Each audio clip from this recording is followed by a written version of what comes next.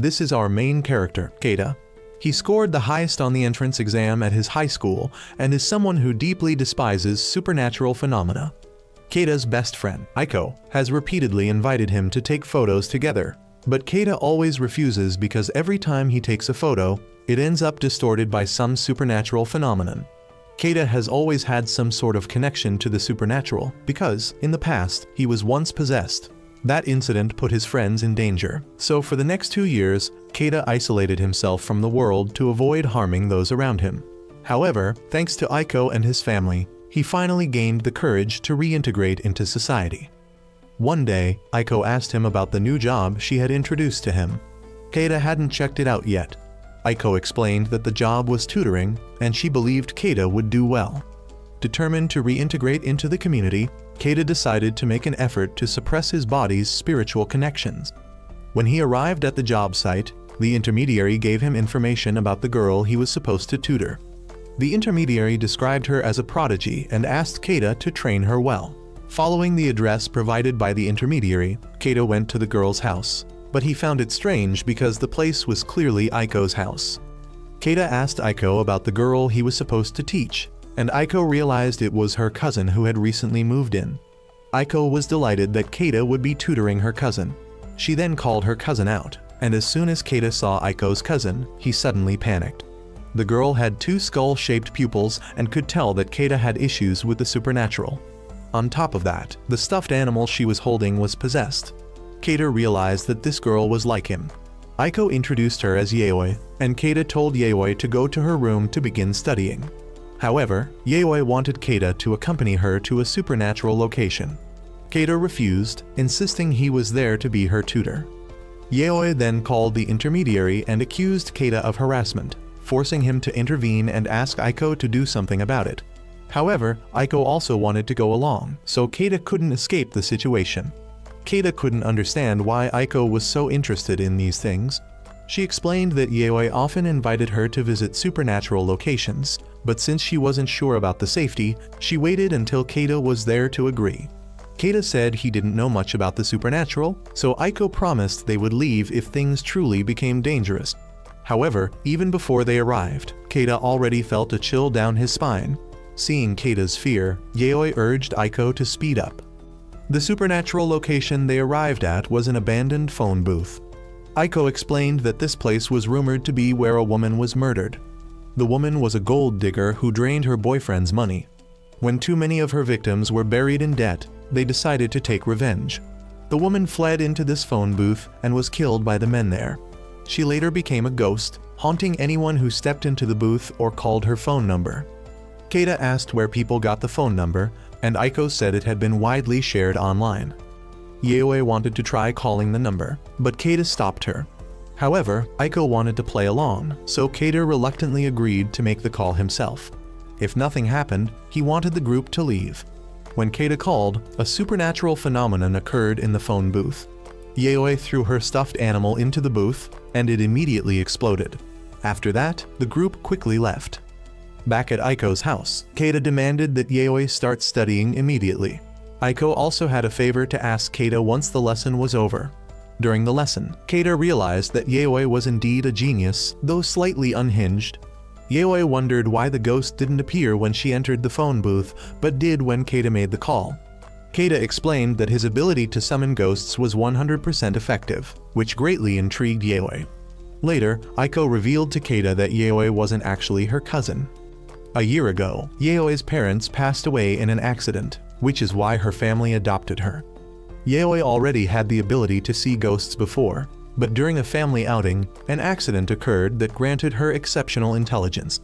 Since then, Yaoi realized she could see the scenes between 2 worlds, and during the accident, her mother was taken away by something. This became the reason she wanted to find her mother again. When Keita heard about this, he decided to help Yaoi. Yaoi, upon waking up and overhearing this from downstairs, decided to develop a liking for Keita. The next day, Yaoi gave Keita a Buddha statue to protect him from evil spirits. Later, all 3 of them returned to the haunted phone booth. However, before they could do anything, the ghost appeared on its own and dragged Keita into the phone booth. It used the phone cord to strangle Keita, and even the Buddha statue wasn't enough to protect him. Yayoi grabbed a weapon and rushed to break open the phone booth's door. She used the Buddha statue to smash the phone and cut the cord. Yayoi decided she would help Keita get rid of any ghost targeting him.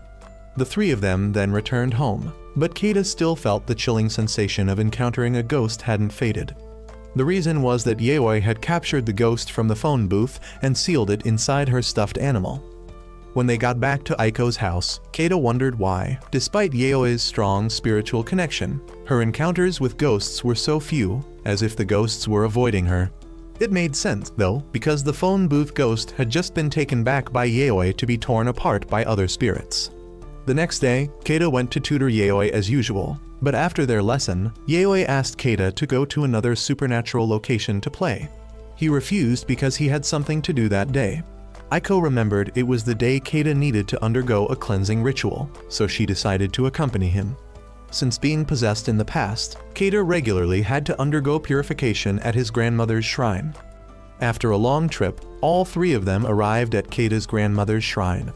The moment she saw Yayoi, Keita's grandmother told her to leave, as she noticed Yayoi had destroyed more than 5 Buddha statues and was carrying a vengeful spirit with her. Keita had to explain that Yayoi was his student, so he reluctantly brought her along. Keita's grandmother called him into the shrine for the cleansing ritual. Curious, Keita asked Yayoi why she destroyed Buddha statues. Yayoi explained that she did it to check if the sealed spirits inside were the ones that took her mother. During the cleansing, Keita's grandmother asked if he meditated regularly, as it would help him resist possession by evil spirits. Meanwhile, Yayoi tried to sneak a look at Keita's cleansing, but Aiko showed her a picture of Keita instead. Aiko revealed that Keita's hands grew strange hairs actually. They were his nerves that extended and caused him great pain.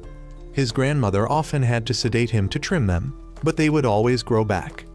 After completing the cleansing ritual, Aiko and Yayoi brought food for the two. Keita went to wash his face, leaving his grandmother to reveal something to Yayoi about the shrine. It was built to store living dolls. These dolls retained the personalities of their previous owners, and in the shrine's basement were dolls with immense power. If anyone trespassed, the dolls would take over their body. Keita then found a doll on the ground and decided to bring it to his grandmother for inspection.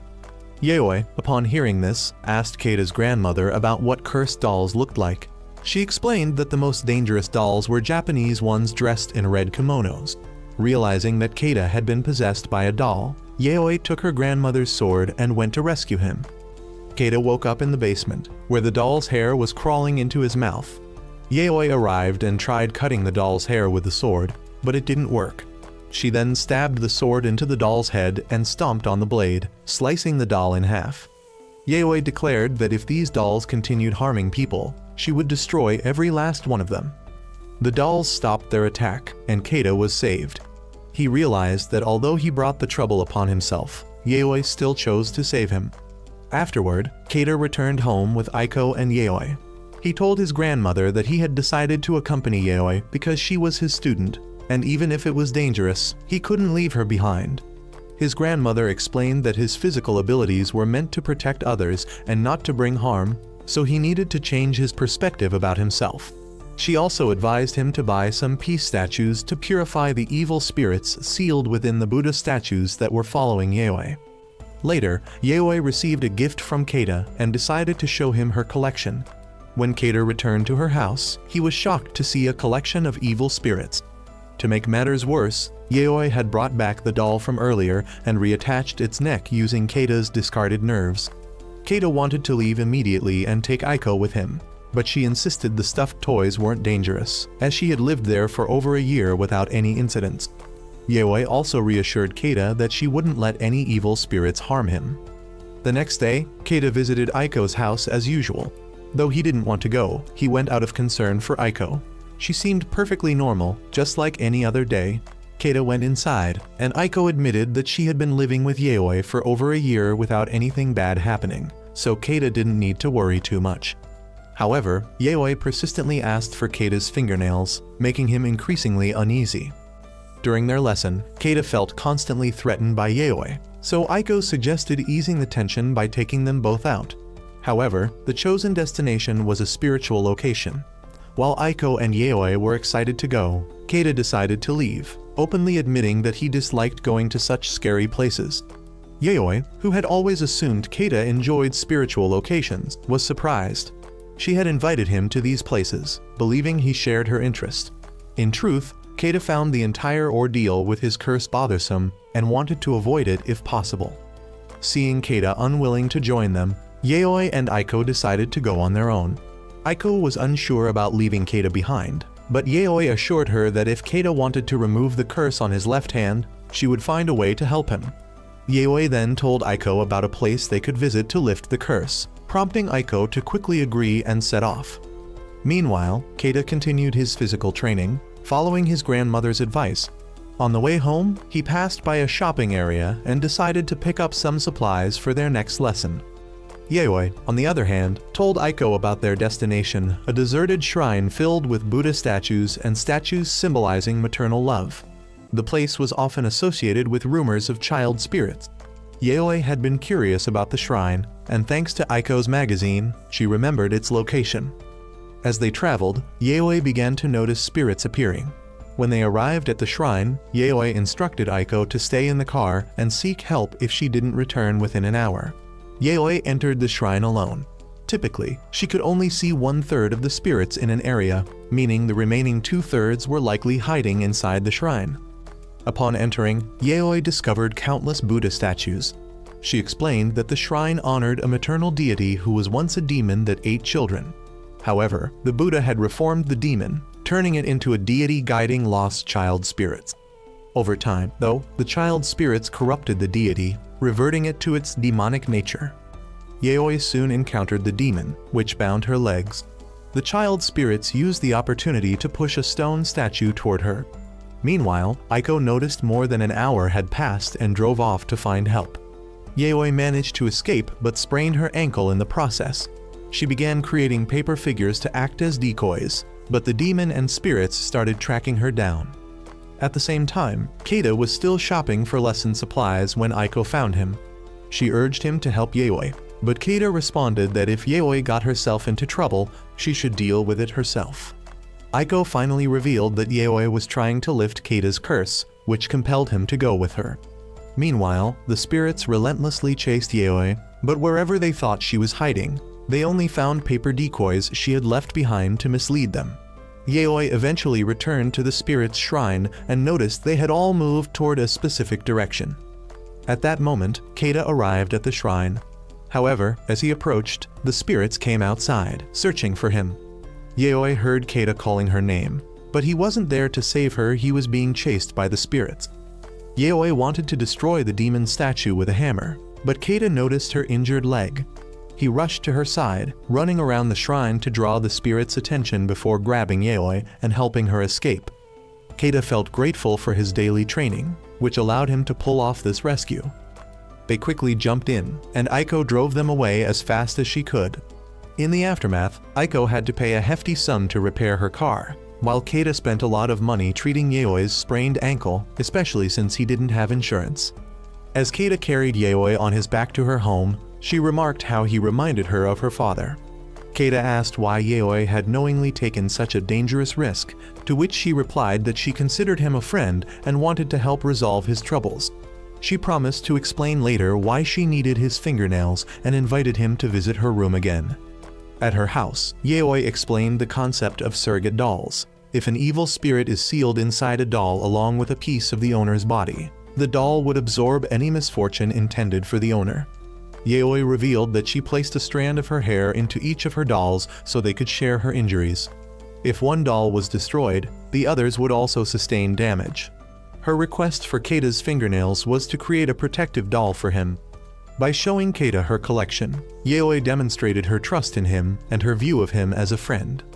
Yayoi then revealed the fingernail of the demon statue from the shrine. She threw it to her dolls, telling them that the injuries they sustained today were caused by this nail.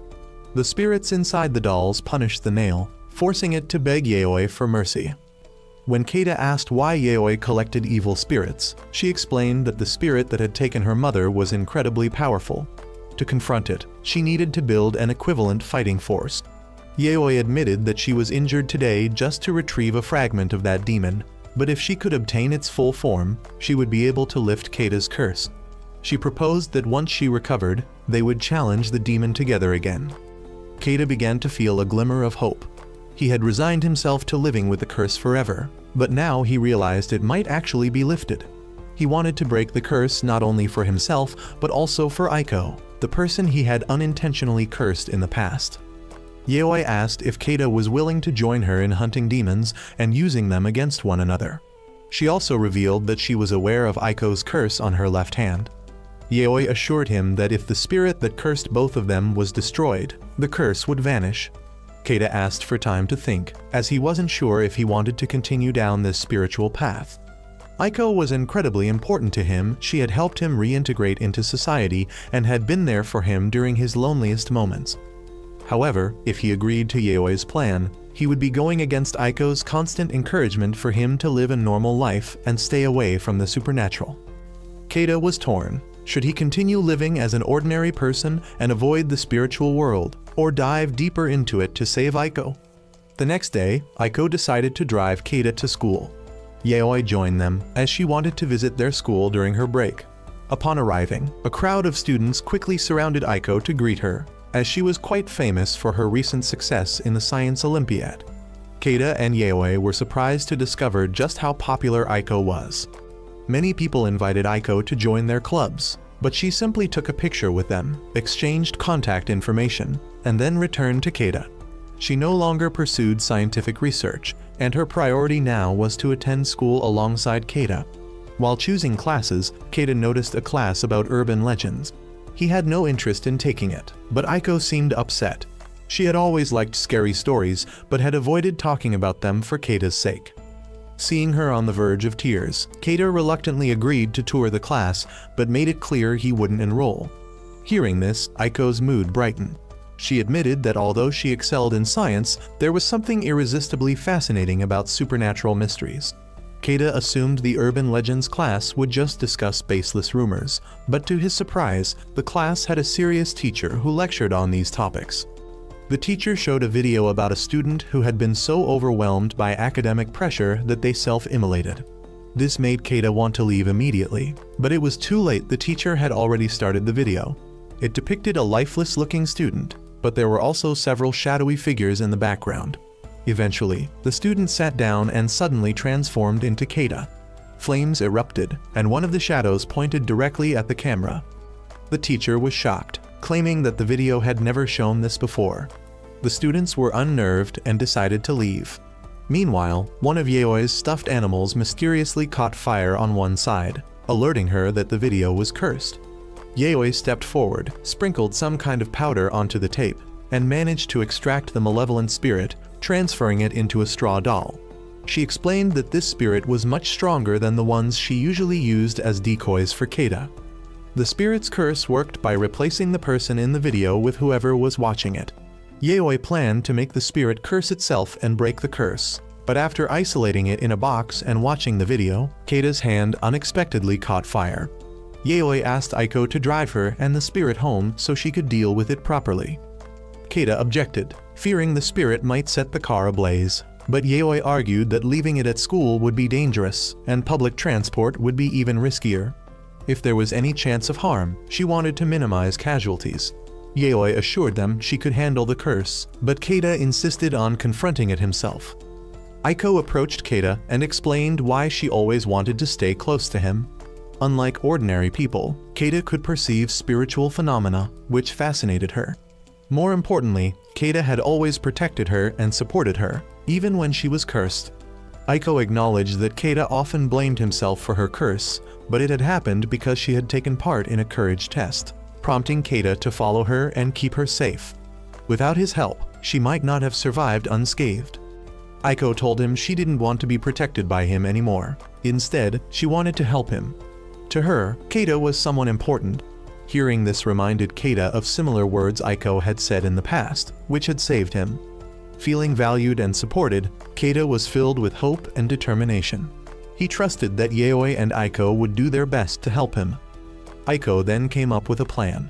The three got into the car, but Keita had to remove all his clothes and bundle them up because the spirit was burning his belongings. As they drove, the spirit would continue to fight back by setting Keita's clothes on fire. Aiko took responsibility for driving as fast as possible so the wind could extinguish the flames. Their goal was to make it home before Keita's belongings were entirely consumed by fire. As the car sped away, the spirit intensified its attacks, setting Keita's clothes ablaze. Keita held his belongings out the window to let the wind douse the flames, but each time the fire went out, it reignited even more fiercely. Aiko had to accelerate further to strengthen the wind's force. Aiko kept increasing the car's speed as Yaoi quickly realized that the malevolent spirit was nearing its limit. After a while, the spirit finally stopped its attacks, and Keita was safe. Yaoi took the spirit back to her room to handle it, while Keita and Aiko went to the hospital for a checkup. Upon their return, Keita thanked Aiko for doing her best to help him. Aiko shared that Yaoi had told her about the origins of the spirit. It had been born from the grudge of a university student who was severely bullied. The bullying escalated without anyone intervening to protect the student, leading to a tragic end. That student had cursed their tormentors, and this malevolent spirit within the videotape was the result. Yaoi planned to train the spirit to control it. Keita hoped he would never face a similar fate and aimed to graduate peacefully alongside Aiko. For now, he resolved to cherish everything in the present. Back in her room, Aiko sat in a space filled with photos of Keita.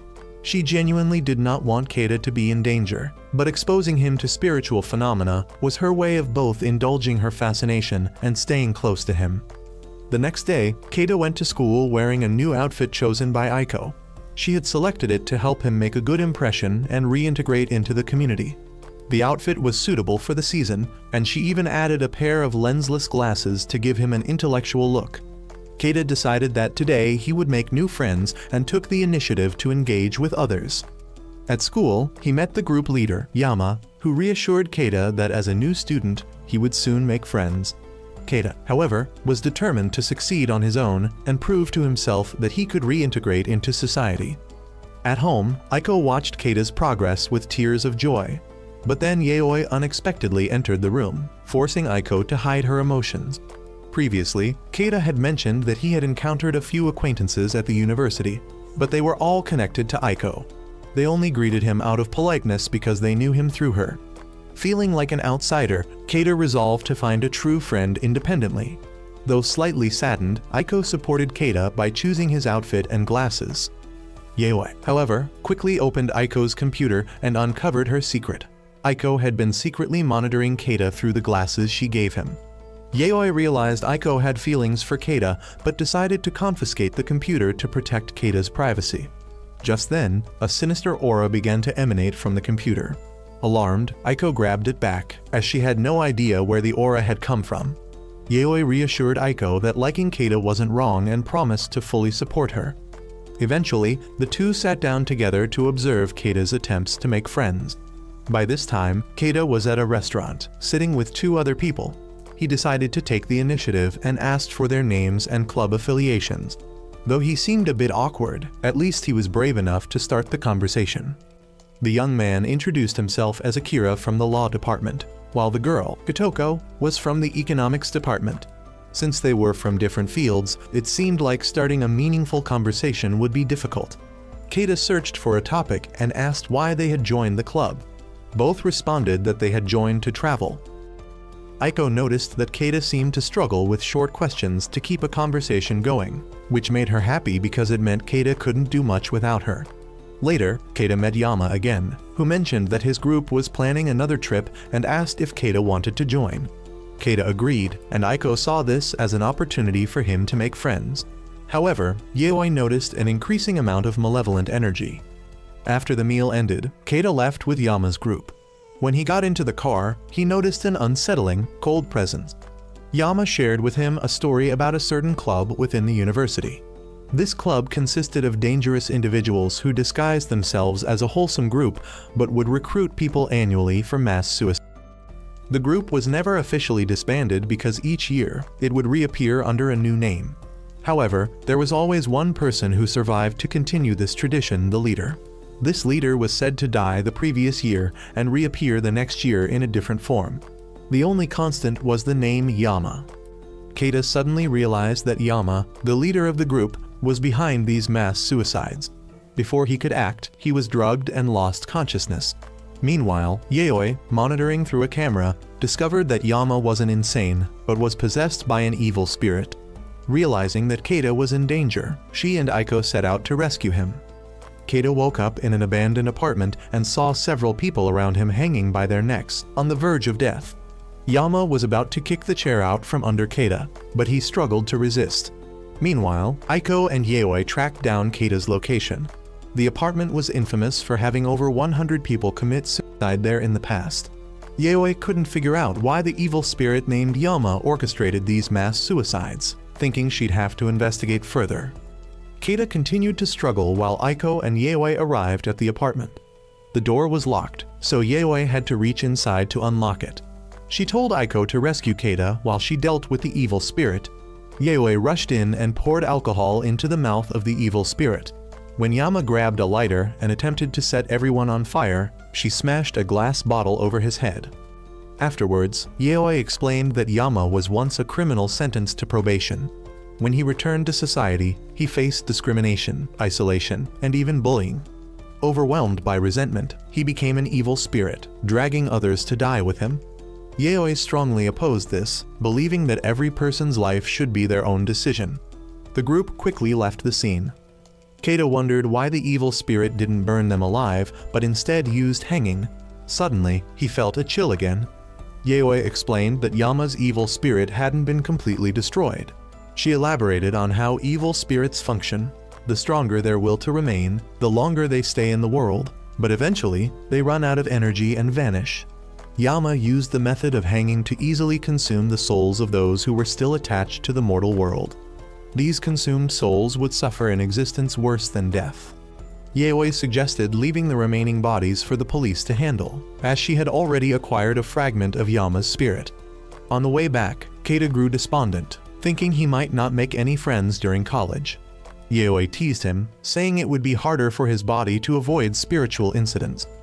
Keita then considered that he might focus on breaking his curse first before reintegrating into normal life. He wondered if he could truly overcome his fears, like Yayoi had.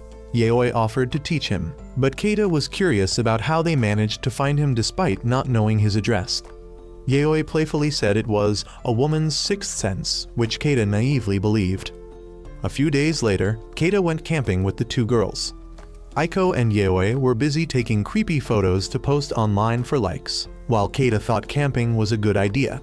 Since he had recently gone through some misfortune, Aiko and Yayoi had invited him to relax.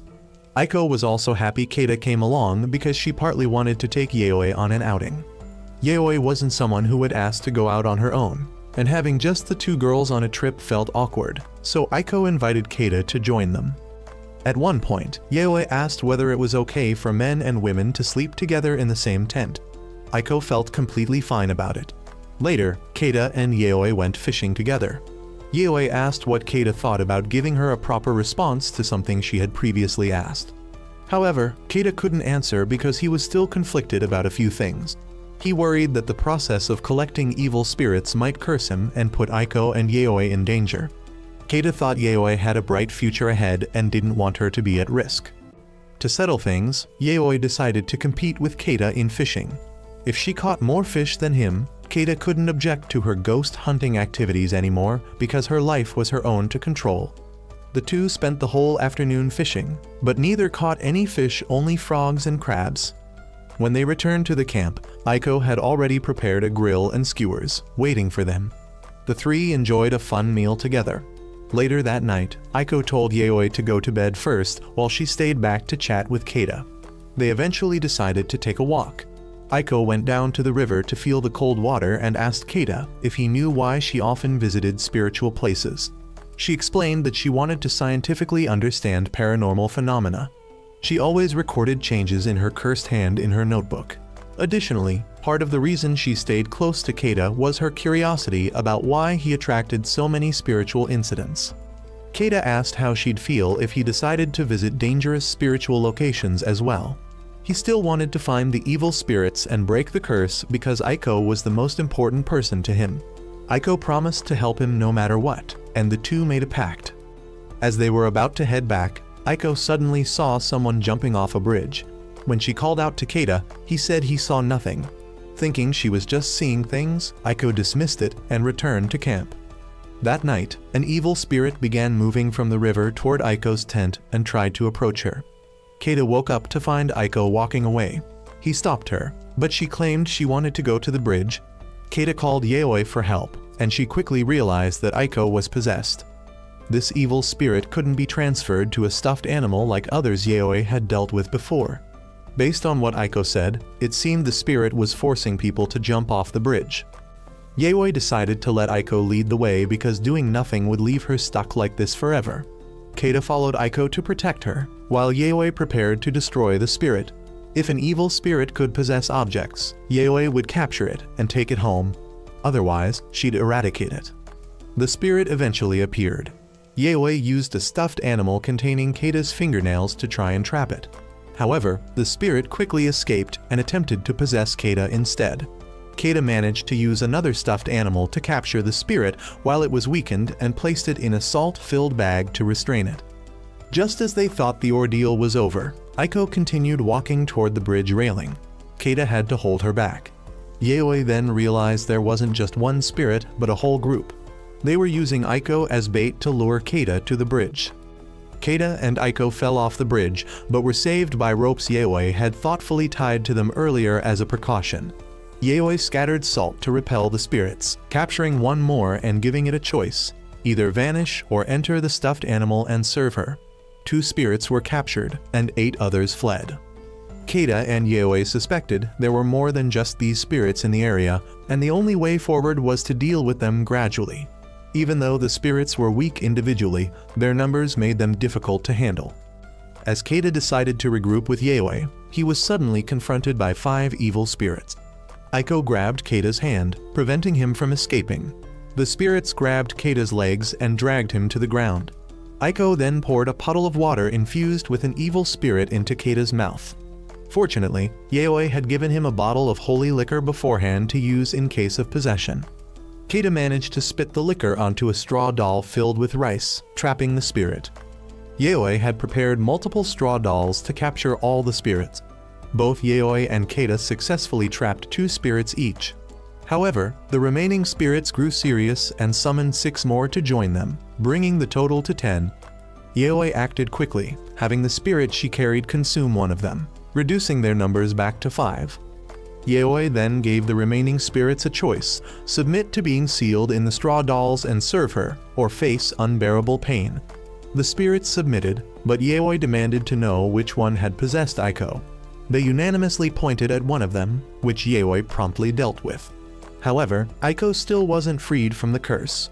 To make an example of what would happen to liars, Yaoi used the recently captured spirit as a warning. The true culprit behind Aiko's possession finally revealed itself and resisted, attempting to retaliate against Yaoi. However, she used the pink stuffed animal containing another spirit to show it a vision of hell. One of the straw dolls exploded, and Aiko returned to normal. When they returned to the camp, Aiko listened to the account of what had happened, shocked by her recent experience. The group then went to sleep. The next morning, Keita met Aiko by the riverside. Although she didn't remember much, she recalled the warmth of Keita's hand. She was happy that Keita had always protected her. Despite Keita humbly saying he had caused her trouble, Aiko saw him as her hero. They confessed their feelings to each other, and Keita resolved to protect Aiko if she ever got involved in strange events again. Upon their return, Keita made up his mind to join Yaoi in collecting evil spirits to break his curse. He understood that being involved with the supernatural would isolate him from society. However, he decided that first, he would lift his curse to cleanse himself fully, then rejoin society to avoid dragging others into his troubles. Aiko, observing all this, felt validated in her decision to bring Yaoi and Keita together. By doing so, she had effectively bound Keita to his curse and ensured they could continue exploring haunted places together as before. Keita, who had once tried to avoid paranormal events at all costs, had now found something he wanted to protect. That evening, Keita asked Yaoi whether cases involving a group of evil spirits, like the one they just faced, were rare. Yaoi explained that such cases were indeed uncommon. As she had mentioned before, evil spirits often sustain themselves by consuming other spirits. Living in groups made them prone to cannibalizing each other. Thus, a collective of spirits only appeared under two conditions: when the spirits were unaware of their own deaths or when they faced a formidable enemy, forcing them to band together. Yayoi speculated that the spirit that had taken her mother was an extraordinarily powerful one. From her research, she had discovered that it was the final spirit in the phenomenon known as the Hyeki Yajo Night Parade of 100 Demons. Yayoi then tied a string around a coin and handed it to Keita so he could use his spiritual abilities to determine the location they would head to next. Keita suggested that Yayoi study first, and they would leave once it got dark. By evening, Yayoi had finished studying, and Keita kept his promise to go with her. However, Aiko had already prepared everything to take them both on their journey. Once they were ready, Aiko drove them on their way. Keita didn't want Aiko to be involved in any danger, but he had promised to go with her anywhere, so he couldn't break that promise. That day, when Keita arrived at Aiko's house, he felt embarrassed about the sweet words he had said to her earlier, but Aiko insisted that the password be about their relationship. Answering friend or benefactor wouldn't be accepted. She had even recorded Keita's confession to use it as her ringtone, so he had no choice but to admit they were a couple. Despite agreeing to let Aiko come along, Keita promised to protect her with his ability to sense malevolent spirits. Yayoi wanted Keita not to be too tense because she was there, and then Keita asked how Aiko knew their destination. Aiko explained that the place they were heading to was quite famous. It had been completed 50 years ago and was often covered by television and magazines. It was the East Tunnel. People said that a female ghost in a white dress, with long hair and a bloody face, roamed the tunnel. Sometimes, she would carry a child, or at other times, crawl on all fours and chase after cars. Most of the stories were about this female ghost. Aiko wanted to go back, so she and Yayoi walked in, with Keita following. Seeing Keita seem scared, Aiko reached out and took his hand. Keita thought Aiko was quite cute, but when he turned around, he saw that she was still a little distance away from him. Shocked, he didn't know who was holding his hand. Yayoi immediately noticed the hand of a malevolent spirit and quickly used the stuffed animal to catch it. However, the spirit quickly escaped, so Yayoi suggested they go outside and drive in. The three of them then drove to the tunnel and stopped there. Aiko mentioned that the ghost could get into the car, but if they locked the doors, it would remain outside. Keita soon felt an ominous aura, and the ghost appeared in the mirror. However, as soon as he warned the two girls, the ghost vanished. The ghost then suddenly appeared right in front of the windshield, causing Yayoi to immediately tell Aiko to accelerate and crash into the ghost. Yayoi wanted to assess what kind of ghost it was.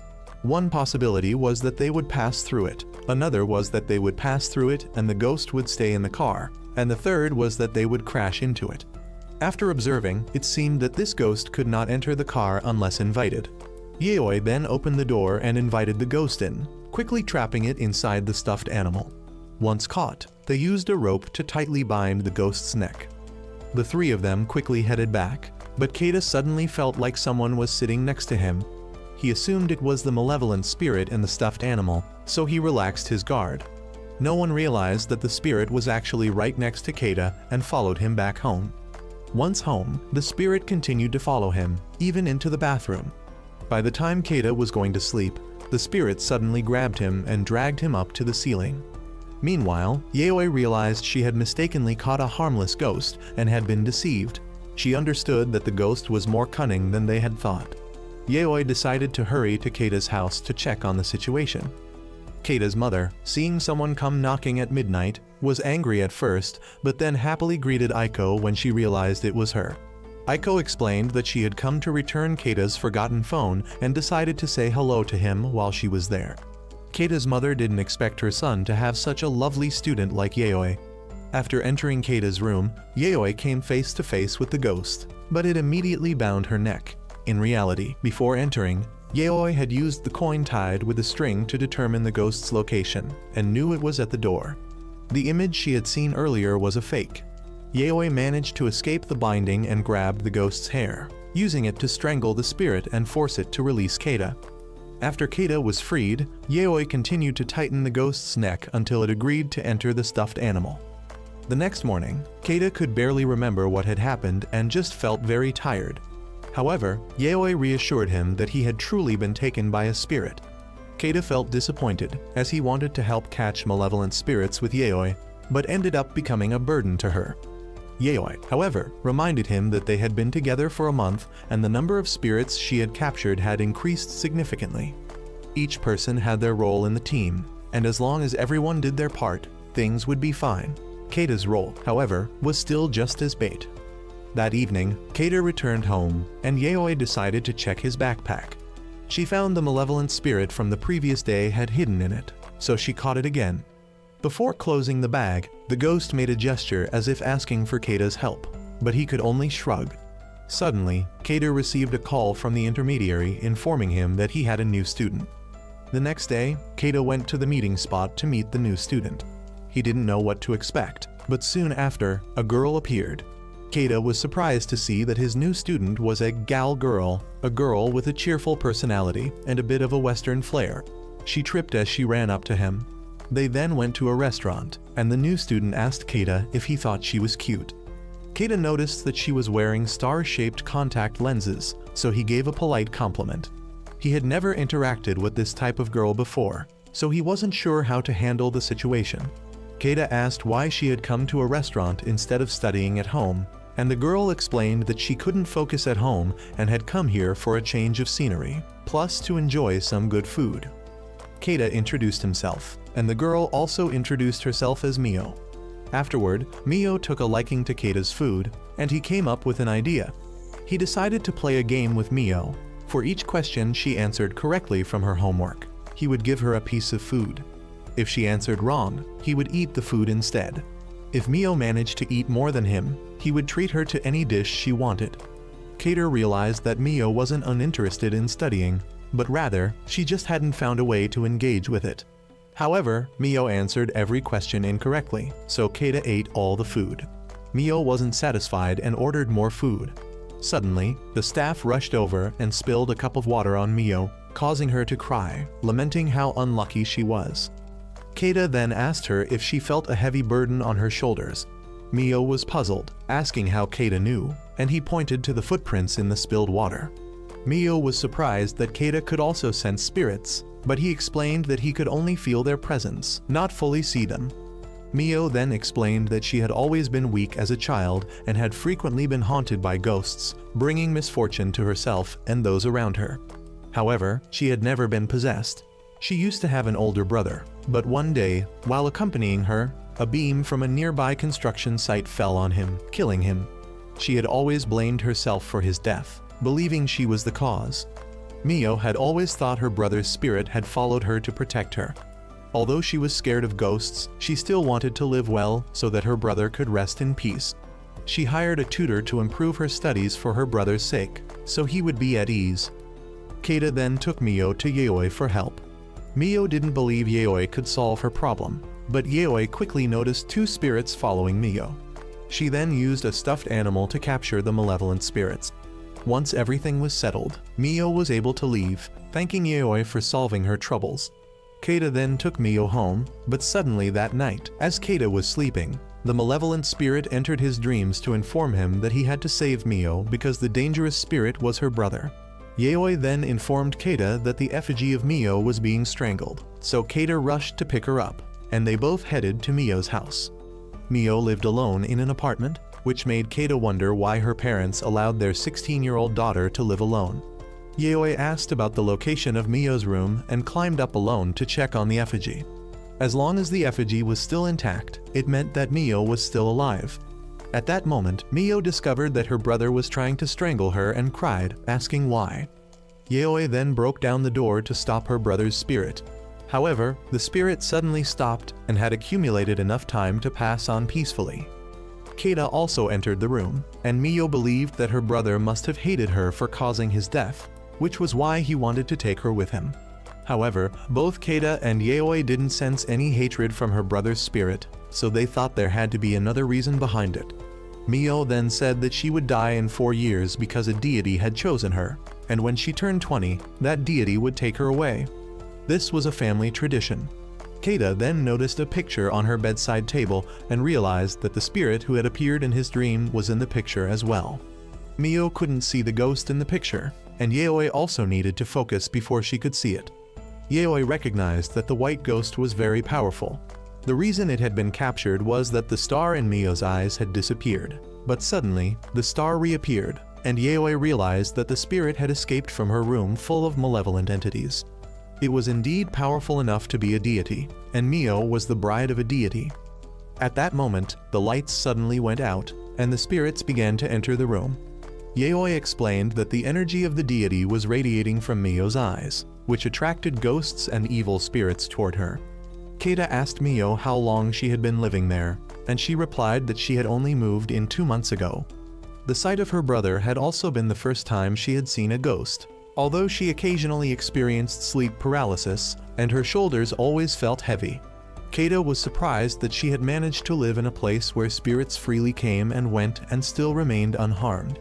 Yaoi then called Aiko, who arrived quickly after hearing Keita was in trouble. Keita asked how Aiko knew the exact address, and Yaoi had to explain on her behalf. Keita had to introduce Mio to his girlfriend, which made Mio seem somewhat skeptical. Yaoi then discreetly told Aiko about Mio's situation and asked her to let Mio stay at her house for a while. Aiko offered Mio some sweets to invite her to come along, but Yaoi warned that eating sweets at night was dangerous. Keita then went outside to use the bathroom, and Yaoi told him to come back soon before the dangerous entities appeared. However, just as she finished speaking, Keita immediately encountered the very danger Yaoi had mentioned. Keita pretended not to see it and walked on, hoping it wouldn't attack him, but the evil spirit grinned at him. When Keita reached the bathroom, he realized that the evil spirit had followed him there. He acted as if he wasn't afraid, hoping the spirit wouldn't target him.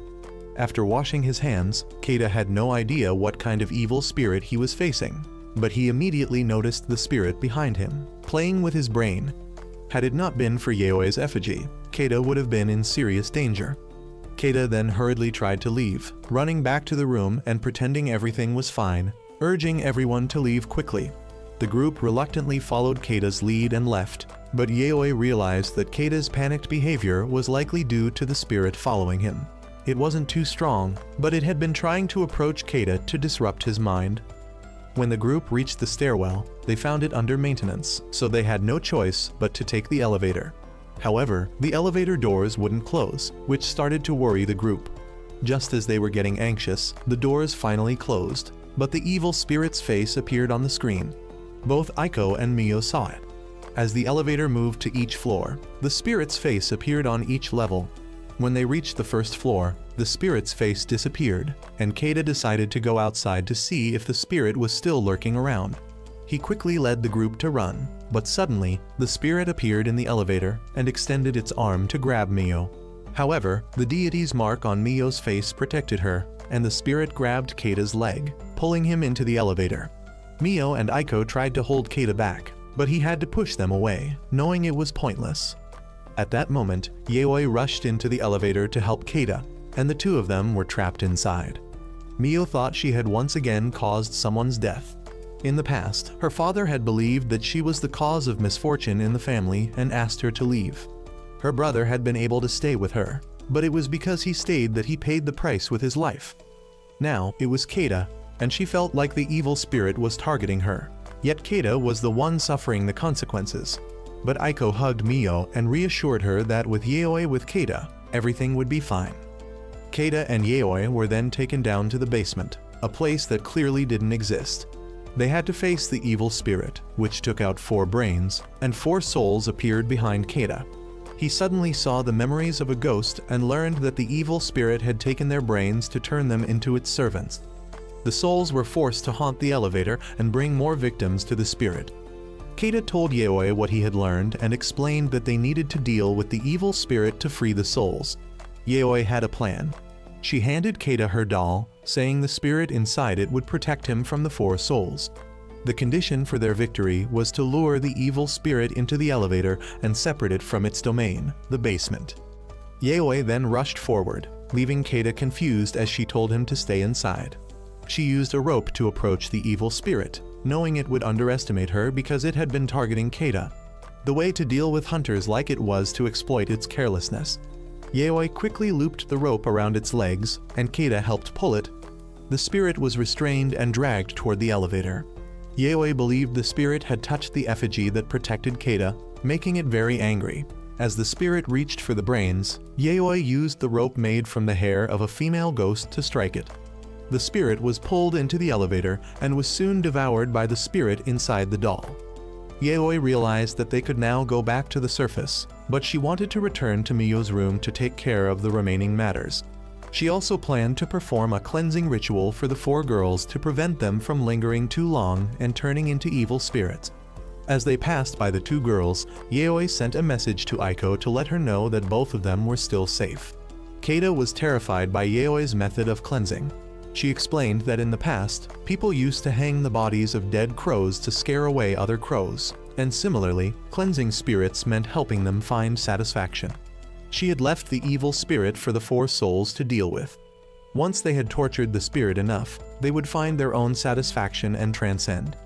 Although she wasn't sure how long it would take, leaving the 4 souls torturing the evil spirit in Mio's room would make other spirits afraid to enter there. Yaoi then decided to go back to her room to grab a few tools. When she met Aiko and Mio again, Mio was relieved that they were both still safe. However, she didn't want to stay with Keita and Yaoi anymore, fearing that she would bring misfortune to them.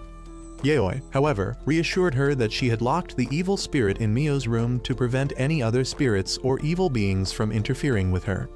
If Mio continued to drag misfortune, Yaoi would lock it all away for her. On the way back, Mio decided that from now on, she would find out the reason why her brother had tried to kill her. Keita was happy that Mio had finally decided to stand up for herself. When they returned to Yaoi's room, the group was shocked to find that a large number of Yaoi's stuffed animals had been destroyed, apparently by the god. Yaoi swore that she would make that god pay for it. The god immediately left Mio and appeared to ask Yaoi how she planned to capture him. Yaoi replied that the evil spirits he had just destroyed were mere children, and the more mature ones had yet to join the battle. Above all, she was confident that she could handle him alone. Based on his status as a god, he must have been over 500 years old, and a 500-year-old god wanting to marry a 20-year-old girl was essentially a lolicon. She then pointed out that the remaining dolls were shaking, not from fear but from anger toward him. Therefore, she planned to prepare a slave position for someone like him. The god, intrigued, said he would keep a spot for Yaoi in his collection. He then disappeared and returned inside Mio, warning the group to prepare well because he would annihilate all of them and humiliate them to their very souls. No matter how they struggled, Mio's curse would remain. Yaoi then pulled the group outside, locked the door, and told Keita that her evil spirit faction had been thrown into disarray. They would now fight each other to determine the strongest. Keita knew that the room was now a hell, but after a while, the sound stopped. Yaoi opened the door, and only one stuffed bear remained after the purging. However, it now had plans to rebel. It called Keita, and Yaoi warned him not to answer the call, or he would become a cripple. Aiko also received a call, but the bear trapped the group. Aiko hadn't answered yet, so Yaoi tried to lock the bear up. She used everything she could to trap it, and luckily, Keita managed to open the door just in time to stop Aiko from answering. Yaoi said that this evil spirit could now be considered a graduate-level evil spirit, the strongest one. It couldn't be suppressed. Its power could extend up to 5 houses, so Yaoi would need to carry it around and keep an eye on it. Now Keita could go home, and they would meet again tomorrow. Keita hadn't expected all these events to unfold, and Yaoi had clearly sacrificed a lot to make such significant progress. The individuals sacrificed in the process would help create a new path. The next morning, the group returned to Mio's room to hang some seals to lead evil spirits directly to the place where the 4 souls were torturing the evil spirit. This would show other spirits that they shouldn't dare approach Mio's room. Afterward, the group went back to Yaoi's room to clean up the evil spirits that had been destroyed. While cleaning, Mio realized that today was the anniversary of her brother's death, so she had to go back home to her parents for the day. After a few hours of cleaning, Keita and Yaoi were quite exhausted. Yaoi apologized for dragging both Keita and Aiko into this situation. They were lucky to be alive so far because the god was a competitive being. Now, they needed to quickly find a way to deal with him, or the next time they encountered him, they might lose their lives. Yaoi explained that her usual practice was to collect evil spirits to use as test subjects to protect herself from spiritual attacks. Over time, she had built up an army to gradually defeat the evil spirit that had kidnapped her mother. However, confronting a god had caused her army to lose many members, so now they needed to hunt stronger evil spirits to rebuild their army and eventually face the god. Once they captured the god, Yaoi was confident she could confront the evil spirit that had taken her mother, and Mio would be freed from her fatal fate. Keita asked how many they would need to face the god, and Yaoi explained that she had once defeated a god with just 3 graduated evil spirits. If they wanted to capture the god, they would likely need 6.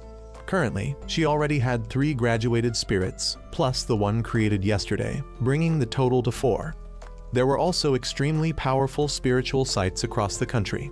If they could place an evil spirit in charge of one of these sites to destroy the evil spirit controlling another, a superior evil spirit would be created, one stronger than the graduated evil spirits. So, from now on, they would target dangerous sites across the country. Yaoi had already marked the most dangerous spiritual locations on the map. For now, they would conquer the sites in Tokyo first, and once they had enough combat strength, she would conquer the entire country.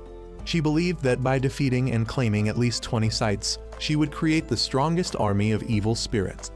Whether facing a god or the evil spirit that had kidnapped her mother, it wouldn't matter.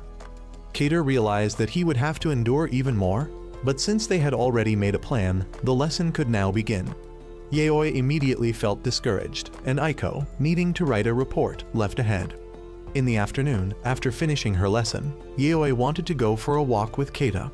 He rode a bike, taking her with him, and Yaoi shared that she had always fought alone until Keita appeared. She was very happy to have someone to accompany her. To her, Keita wasn't just bait for evil spirits, but a trusted ally. Keita decided to thank Yaoi and let her choose a place they could go together. Yaoi pointed out a location, and Keita followed her directions, only to find out by evening that they were heading to a newly created dangerous spiritual site. This site hadn't been marked yet, but its danger level was S. Yaoi also wanted to test the strength of her newly graduated evil spirit. Keita knew he had no choice but to follow since he had already promised Yaoi. Yaoi warned Keita in advance that S-level sites had one common feature. Once entered, there was no way out unless they completely destroyed the evil spirit that controlled the place. As they entered, Yaoi informed Keita that although the evil spirit here was strong, it was quite benign since no one had died here. It seemed the evil spirit only scared people away to prevent them from returning.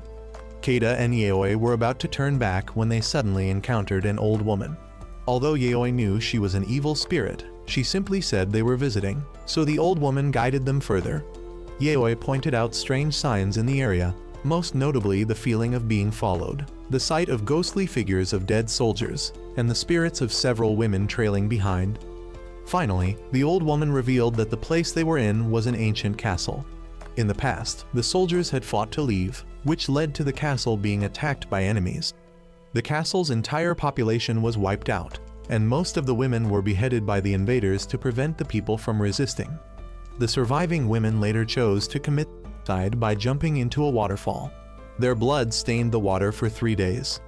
Yaoi then handed Keita a stuffed animal that had not yet been turned into an evil spirit for protection, while she herself kept a graduated evil spirit and the finger of the evil spirit that controlled the child's spirits from before. But suddenly, Keita felt someone behind him and turned to check. Yaoi saw nothing and told Keita to keep going. However, Keita then noticed the footsteps of the old woman coming from behind. At the same time, Yaoi was unexpectedly grabbed by Keita, who saw that the old woman was actually the evil spirit. Keita realized he was now separated from Yaoi.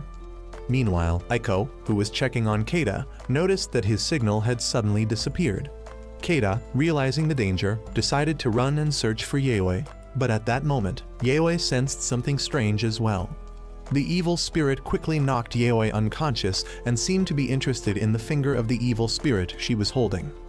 Keita ran desperately, trying to sense the location of the graduated evil spirit to find Yaoi, but he was soon surrounded by other evil spirits, which locked his body in place.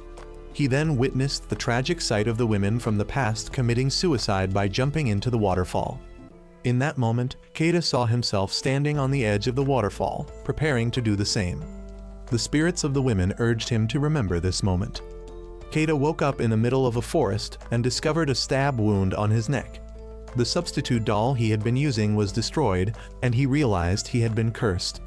In a panic, Keita ran to find Yaoi, but when he reached her, he discovered she had already passed away.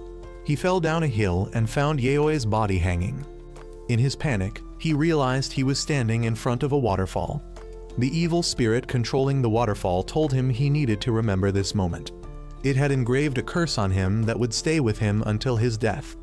Keita realized how naive he had been to fall into this cursed situation, while Yaoi had already lost her life. However, before that, Yaoi had sensed something unusual and, seizing the moment when the evil spirit wasn't paying attention, she used a rope to attack it. After subduing the evil spirit pretending to be the old woman, Yaoi realized Keita was in danger and rushed to save him. Keita, meanwhile, discovered that Yaoi's body was a fake. It suddenly embraced him and seemed to be pulling him into the sky. Keita noticed many skeletons in modern clothing in the sky, realizing these were the people who had recklessly ventured into the site before. This explained why there were no recorded deaths. No one ever came back to tell the tale. The good news was that Keita realized Yaoi was still alive, but he wasn't sure if he would survive until she arrived. Just as he thought that, Yaoi charged in and punched the head of the evil spirit, shattering it. Keita was relieved to see Yaoi was still safe. However, the real problem now was the evil spirit's head, which was still casting a curse on him. This curse would gradually sever his head, and the area around them had been enclosed by a barrier to prevent their escape. The evil spirit would drain their souls once the head was fully severed, gaining more power. As Keita suspected, the reason no one had talked about dying here was because no one ever returned to tell the tale. Yaoi noticed the finger of the evil spirit she was holding was trembling with fear, confirming Keita's theory. She believed the situation could be dealt with simply. Yaoi then released her own graduated evil spirit, and the one within the black bear's stuffed animal turned out to be a dark master. The master began chanting a spell, and Yaoi gave Keita some earphones to prevent him from hearing the chant, as the chant would cause anyone who heard it to die. The dark master would then absorb the souls of those he killed. The barrier created by the evil spirit was soon consumed by the Dark Master's power, and the barrier vanished. The evil spirit then decapitated the Dark Master, but the head continued chanting, so the evil spirit had to cut off the Master's mouth. However, the creatures who had heard the chant continued to repeat it, so the evil spirit cut off their necks as well. Despite this, even the souls captured by the Dark Master continued chanting, and this caused the massive barrier and the evil spirit's body to collapse. The spirits then rushed to capture the evil spirit, forcing it to reveal its full form and flee. Yaoi realized it was trying to kill all the creatures capable of chanting in order to absorb the Dark Master, so she had no choice but to pursue it. Since it was too dark for Yaoi to follow the trail, Keita had to rely on his instincts to help her chase after the spirit. The two eventually found the evil spirit, but since the chanting had stopped, it prepared to attack them. However, the spirit also started reciting a chant of its own. Yaoi questioned whether it wanted to continue existing or disappear entirely. With that, Yaoi quickly subdued it. At that moment, Keita suddenly began chanting aloud. Yaoi hurriedly clamped his mouth shut and pressed on his throat to silence him. She warned that she would use her finger to attack his brain, which would force the stuffed animal containing the spirit of the monk to absorb the impact and stop chanting momentarily. Yaoi told Keita to quickly seal the monk's spirit in her place, as the monk would kill any human who heard his chant within 20 seconds. Those 20 seconds were all Keita needed to bind the spirit. Keita began wrapping a rope around the head of the stuffed animal. However, after a moment, it resumed chanting, so he shoved it into a plastic bag, secured it with chains, and locked it with a padlock. The monk's spirit was sealed once more, sparing Keita. Yaoi then noticed that the evil spirit was tethered to something with a mysterious string. She followed it with Keita, leading them to a waterfall. There, Yaoi discovered a box containing a cursed hand. She severed the connection between the hand and the evil spirit, which caused the spirit to abruptly change its demeanor, reverting to a benevolent soul. Yaoi realized that this spirit was originally kind-hearted, but had been corrupted by the cursed object. Keita feared he had dragged many good spirits to hell, but Yaoi reassured him that this was the only benevolent soul he had encountered so far. The other spirits Keita had seen were merely fragments of this one's consciousness, dispersed to recreate the memories of the area. The spirit's goal had been to ensure that the good people who once lived there would not be forgotten. The monk's actions in destroying the fragments only weakened the spirit, and its current diminished state was a punishment for the mistakes it had unintentionally made. Yaoi then released the wandering ghost trapped in a paper talisman. It turned out to be a vagrant spirit accidentally caught up in the events. The real culprit was someone who had deliberately placed the cursed hand there to drive the spirit mad. Yaoi decided to bury the cursed hand to prevent further incidents. Yaoi also had Keita bury the object that housed the spirit, allowing it to recover. She mentioned she would retrieve it later if needed. Keita thanked Yaoi for saving him, but Yaoi replied that she only survived thanks to his help. She asked if Keita wanted to give up ghost hunting, but Keita realized how much he valued Yaoi. Since she wouldn't quit, he decided to face his fears and continue helping her. As they left, the spirit came to bid them farewell, giving them a piece of cloth they could use to summon it for assistance in the future.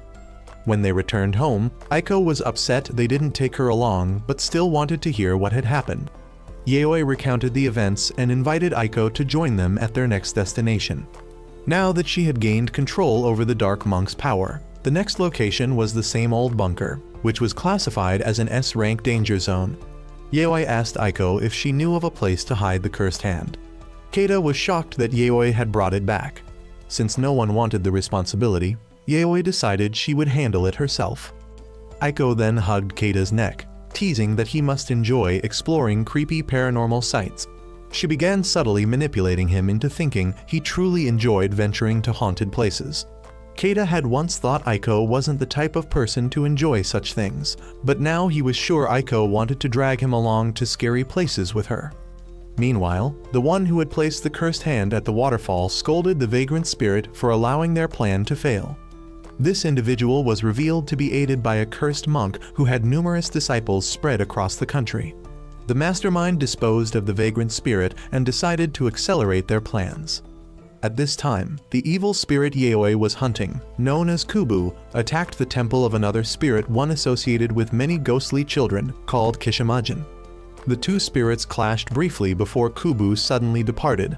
It seemed they had gauged each other's strength and would likely meet again in the future. Meanwhile, Aiko prepared her belongings to accompany Yaoi and Keita. The group quickly set off for the second S-rank danger zone. Keita noticed that the substitute doll that had saved him previously had been retrieved by Yaoi.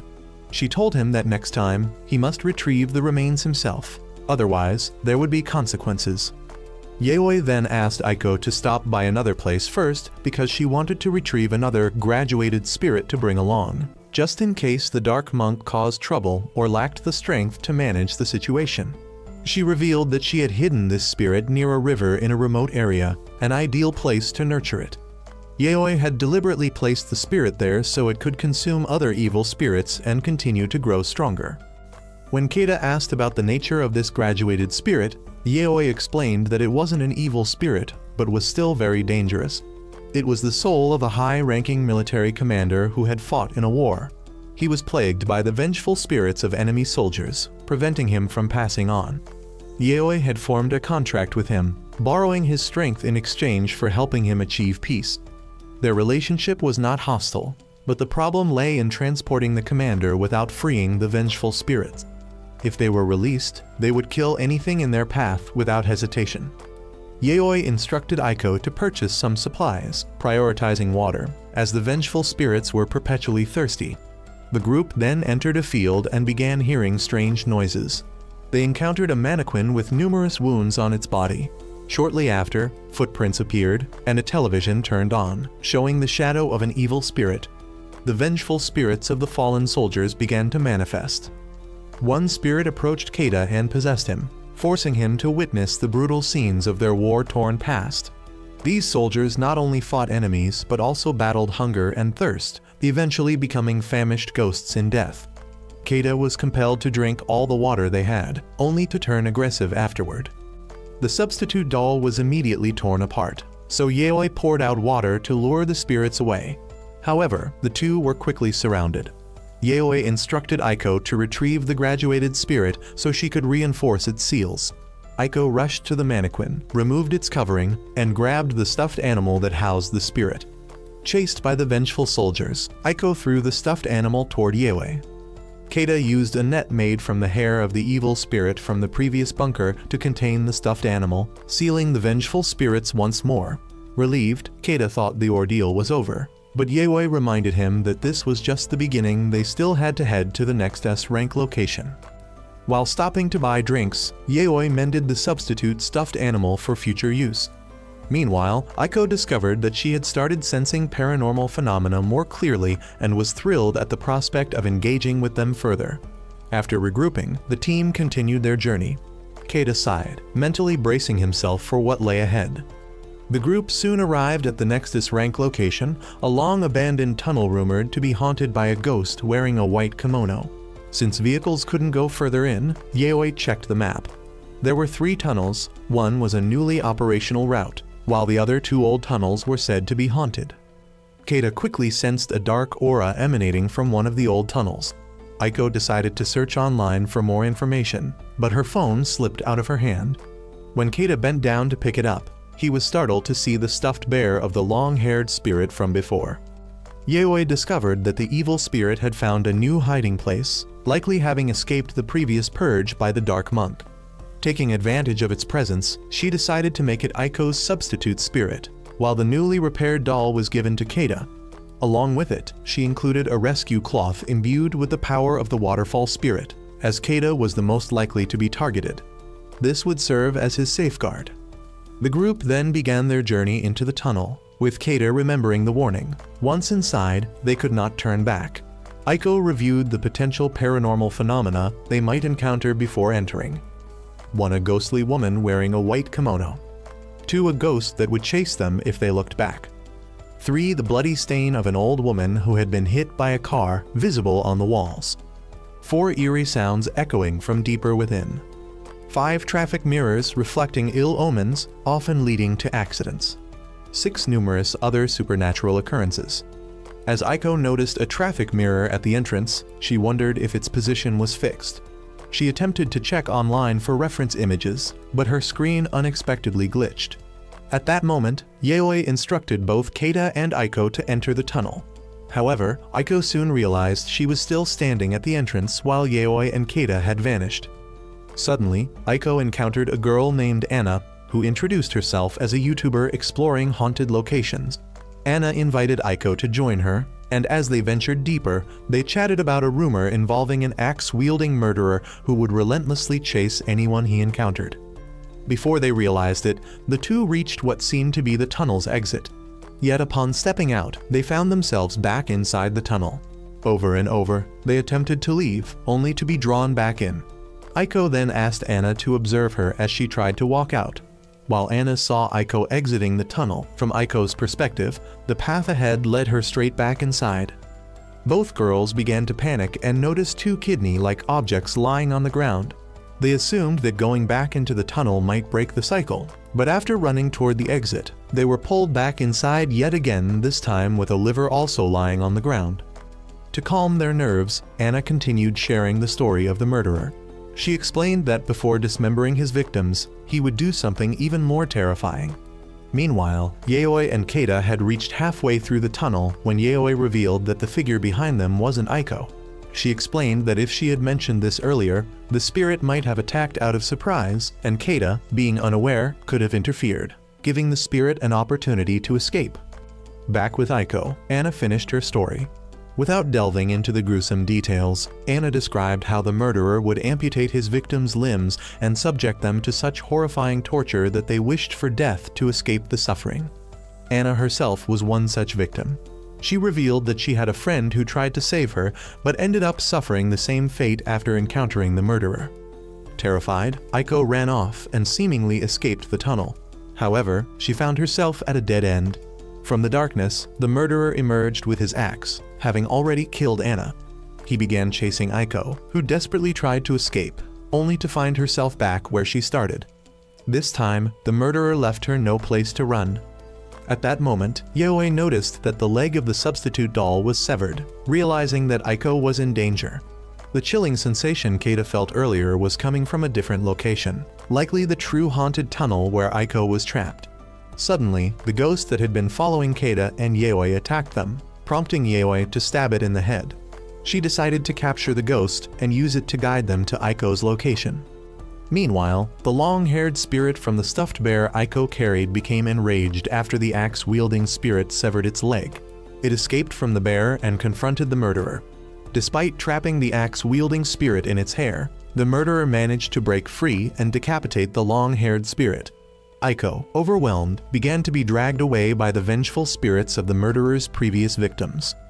Keita and Yaoi arrived just in time, but the axe-wielding evil spirit unexpectedly signaled them with a hand gesture. If they wanted to save Aiko, they would have to enter its domain. Aiko knew that fighting inside would ensure their defeat because her graduation spirit would cause the confined space to collapse. The only viable strategy was to lure the axe-wielding spirit outside. Once they agreed on their plan, the two confidently stepped inside the tunnel. As they entered, Keita noticed a strange sign in the substitute doll's eye, realizing that the axe-wielding spirit was trying to crush his eye. He ran ahead and encountered a ghost with crushed eyes. The axe-wielding spirit dragged this ghost forward, signaling to Keita and Yaoi that if they were caught, they would meet the same fate. Yaoi knew the spirit wouldn't let them escape. It only wanted to toy with them and watch them struggle before failing. Keita and Yaoi ran a considerable distance before finding Aiko tied up and gagged. Keita suddenly heard someone calling his name and realized the voices were coming from the faces of the murderer's previous victims embedded in the wall. The axe-wielding spirit immediately lunged forward, delivering a blow that split the substitute doll in two. Yaoi freed Aiko and instructed Keita to carry her and run. The axe-wielding spirit attacked all three from behind, but they managed to dodge and flee. As they ran, hands emerged from the ground, grabbing at Keita's legs. He struggled to pull free, but the axe-wielding spirit closed in to deliver a deadly strike. Yaoi shoved Keita aside to save him. As they neared the exit, the blind ghost from earlier grabbed Keita. Aiko scattered salt, forcing the ghost to release him. While Keita and Aiko escaped, Yaoi was captured. Aiko quickly threw the substitute doll to Yaoi, and the spirit inside the doll bit into the axe-wielding spirit's arm, allowing Yaoi to break free. Furious, the axe-wielding spirit devoured the unfortunate blind ghost to regain its strength. Angrier than ever after losing his prey for the first time, the axe-wielding spirit turned his rage toward them. Yaoi, now prepared, decided to summon her second graduation spirit instead of relying on her master spirit, which specialized in gradual elimination and wasn't suited for direct confrontation. She released the command spirit, which she had encountered a year ago in a cemetery. This spirit, haunted by the soldiers that clung to him and devoured innocent souls nearby, suffered immense guilt for endangering others. He had long wished for death, and Yaoi subdued him, giving him the name Sergeant Demon. Upon being summoned, Sergeant Demon immediately blocked the axe-wielding spirit's attacks and tore off its mask. He then activated his curse, summoning the undead soldiers. His curse inflicted unending thirst and weakness upon all enemies within its range, condemning them to a state where death was impossible. Yaoi instructed Aiko to video call her, leaving her phone behind while the group escaped. She explained that with each weapon Sergeant Demon drew, the curse would grow stronger and expand its area of effect.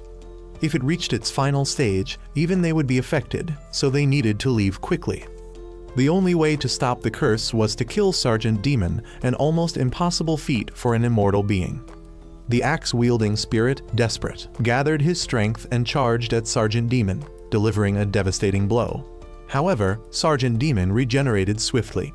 Acknowledging that he could only be killed if he grew weaker, he amplified his curse, further weakening himself and expanding its reach. The axe-wielding spirit, despite being significantly weakened, devoured the undead soldiers to regain his power. He charged with blinding speed, hacking Sergeant Demon into pieces and devouring him. Yet, to his horror, Sergeant Demon re-emerged from within his bloated stomach. Deciding it wasn't enough, Sergeant Demon enhanced his curse again, further weakening himself. The curse extended to Keita's location, forcing him to throw Aiko aside to protect her. He shielded her but was caught in the curse's fringes, weakening his body. Meanwhile, the axe-wielding spirit, now severely debilitated, began to be consumed by the undead soldiers. Sergeant Demon planted a bomb in the spirit's mouth, detonating it. Though the explosion annihilated the axe-wielding spirit, Sergeant Demon survived. Exhausted, he retreated into the stuffed bear. Yaoi returned to ask the axe-wielding evil spirit if it still wanted to live. The spirit asked if traveling with her would allow it to kill freely. Yaoi was willing to compromise, so the spirit entered her domain only to realize it had been deceived. Yaoi forced it to endure the pain it had inflicted on its victims and then drove a nail into its head, sealing its bloodlust permanently. Afterward, Yaoi ventured into the axe-wielding spirit's lair. 10 minutes later, she emerged with all the paper dolls that had sealed every ghost in the lair. She explained that she would split them into 2 groups, one to be taken to a temple for release, and the other to be brought back to her room. The benevolent ghosts would be sent to the temple for peaceful passage, while the malevolent ones would be handled personally. Due to Sergeant Demon's curse extending into the lair, Yaoi only needed to ask the spirits if they would devour other souls to survive. Those who refused or didn't understand were classified as benevolent, while those willing to harm others or drag others into death with them were deemed malevolent. On their way back, Aiko felt like she was a burden to the other 2 and assumed her role was limited to driving. However, as the car started on its own before Aiko even pressed the ignition, she realized Anna had latched onto her, trying to drag her into death. Yaoi quickly scattered salt and captured Anna into a paper doll to take back to her room. Feeling some sympathy for Anna, Aiko asked to handle her instead, and Yaoi agreed. Thus, another S-rank location was conquered. 50 benevolent spirits were taken to a temple along the way for the monks to perform rites, while 30 malevolent spirits were brought back. Yaoi also brought back the corpse of the long-haired evil spirit. However, they were still unsure how to handle the cursed arm. Aiko had an idea but decided to share it the next day. Yaoi, having informed Keita about his weakened condition, insisted he return home to rest and recover. Meanwhile, Aiko, back home, lay on the couch, reflecting on her first real experience of life-threatening danger. Unlike her usual carefree attitude, she now realized the terrifying reality Keita and Yaoi faced. She wondered if she would dare to join them again. Sensing Aiko's unease, Yaoi invited her on a walk. The 2 went to the subway station, where Yaoi noticed a few ghosts. During the train ride, Yaoi could tell Aiko was still struggling to adapt to the fear. From the moment Aiko had met Yaoi, she had assumed Yaoi simply enjoyed creepy things, leading her to tag along. She had also joined to help Keita overcome the fears haunting him and hoped to share some of that burden. But now, she understood just how much of a liability she had been. Meanwhile, Keita reflected on everything that had happened, how he was cursed, how Aiko got dragged into his ordeal, and how he had to isolate himself for 2 years before reintegrating into society, going to university, and finding a part-time job where he met Yaoi. After encountering numerous dangerous spirits, he felt exhausted but knew there was no turning back. Still worried about Aiko, Keita sent her a message to check on her. Encouraged by Keita's concern, Aiko decided to confront her fears. She led Yaoi to a graveyard rumored to house a powerful, vengeful spirit. Yaoi was surprised by Aiko's choice. The graveyard was said to be the resting place of a king who had once unified the nation, but was betrayed and beheaded. His severed head was paraded around and mocked, causing it to accumulate intense resentment and transform into an evil spirit. Later, during road construction, attempts to demolish the graveyard led to frequent accidents, leading to rumors of a haunting. People claimed those affected would suffer excruciating headaches. Aiko revealed that she and Keita had passed this place years ago, and Keita had shown symptoms of a headache at the time. She explained that this location had inspired her initial interest in exploring paranormal phenomena, so she wanted to revisit it to confront her beginnings. The 2 eventually returned, and Aiko documented a significant discovery. The durability of the substitute dolls depended on the strength of the spirit within them. However, the dolls' bodies could be repaired to help the spirits recover their power. Aiko came up with the idea of creating an indestructible container of slime. She shaped the slime into a human form and placed Anna inside it to observe the results over time. Meanwhile, Mio returned to the city, explaining that her delay was due to a string of misfortunes. The god haunting Mio unexpectedly sensed the shrine of a minor deity in the area. Initially planning to destroy it, the god suddenly noticed the presence of Kubu and found this new discovery far more intriguing. As for Aiko, she shared with Yaoi her intention to buy a house to store items Yaoi wanted to keep, such as the cursed arm or the benevolent spirits they've helped graduate. This way, they could access everything in one place instead of scattering them across various locations. Yaoi thought it was a great idea, but noted they'd need money to purchase a house. Aiko suggested buying an abandoned house since it would be cheaper. Yaoi looked into some options and found a conveniently located and affordable one. Together, they decided to check it out. The owner explained that the house used to belong to his father. However, since his father's death, everyone who moved in faced tragic accidents and even lost their lives. He recounted a particularly eerie incident where a female police officer came to investigate and, 10 days later, gave birth to a baby with an unusually large head. Both the mother and child tragically died shortly after. The owner warned them about the supposed curse and suggested they reconsider. However, both Yaoi and Aiko were determined to proceed despite the warning. Before entering the house, Yaoi noticed a ghost stepping inside. Concerned, she wondered whether the spirits in the house were benevolent or malevolent. As soon as they entered, they encountered the spirits of a father and daughter who had been the first tenants of the house. This pair had invited a wandering spirit inside, offered it poisoned water, and later threw it down a well, dousing it with gasoline before burning it alive. Aiko almost drank a cup of the poisoned water, but was stopped by Yaoi. They witnessed the wandering spirit being dragged and consumed by a malevolent spirit from the ceiling. Aiko saw it too, prompting Yaoi to head upstairs to confront it. On the second floor, the father and daughter spirits did not follow them. In the room where the malevolent spirit resided, Yaoi found a human skeleton and a child with an abnormally large head. It was the malevolent spirit. Yaoi pushed Aiko out of harm's way and decided to retreat downstairs. As they passed through the kitchen, they glimpsed the memories of the father and daughter. They once had a happy family life until a domestic argument led the father to accidentally push the mother, causing her to fall and fatally hit her head. Word spread about the incident, and the father and daughter were labeled murderers.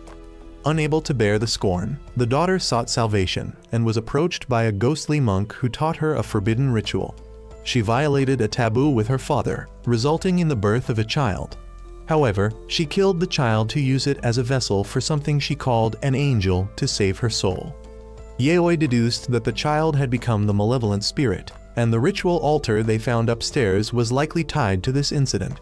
Although the police had removed the remains, the spiritual residue persisted. Yaoi pieced together the sequence of events. The father and daughter used the mother's corpse to create an altar for summoning the angel.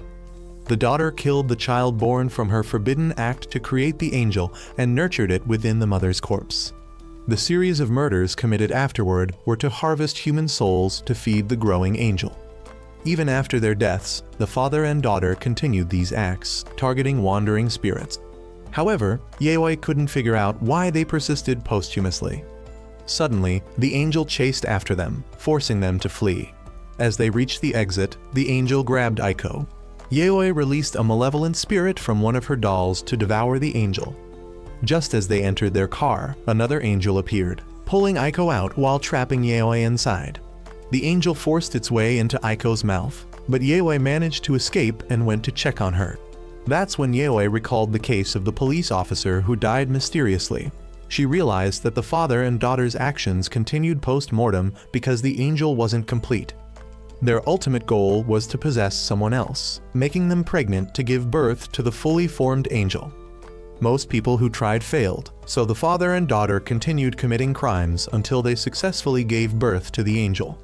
Yaoi realized that even though the malevolent spirit had devoured the angel earlier, another angel was present because there were 3 angels in total.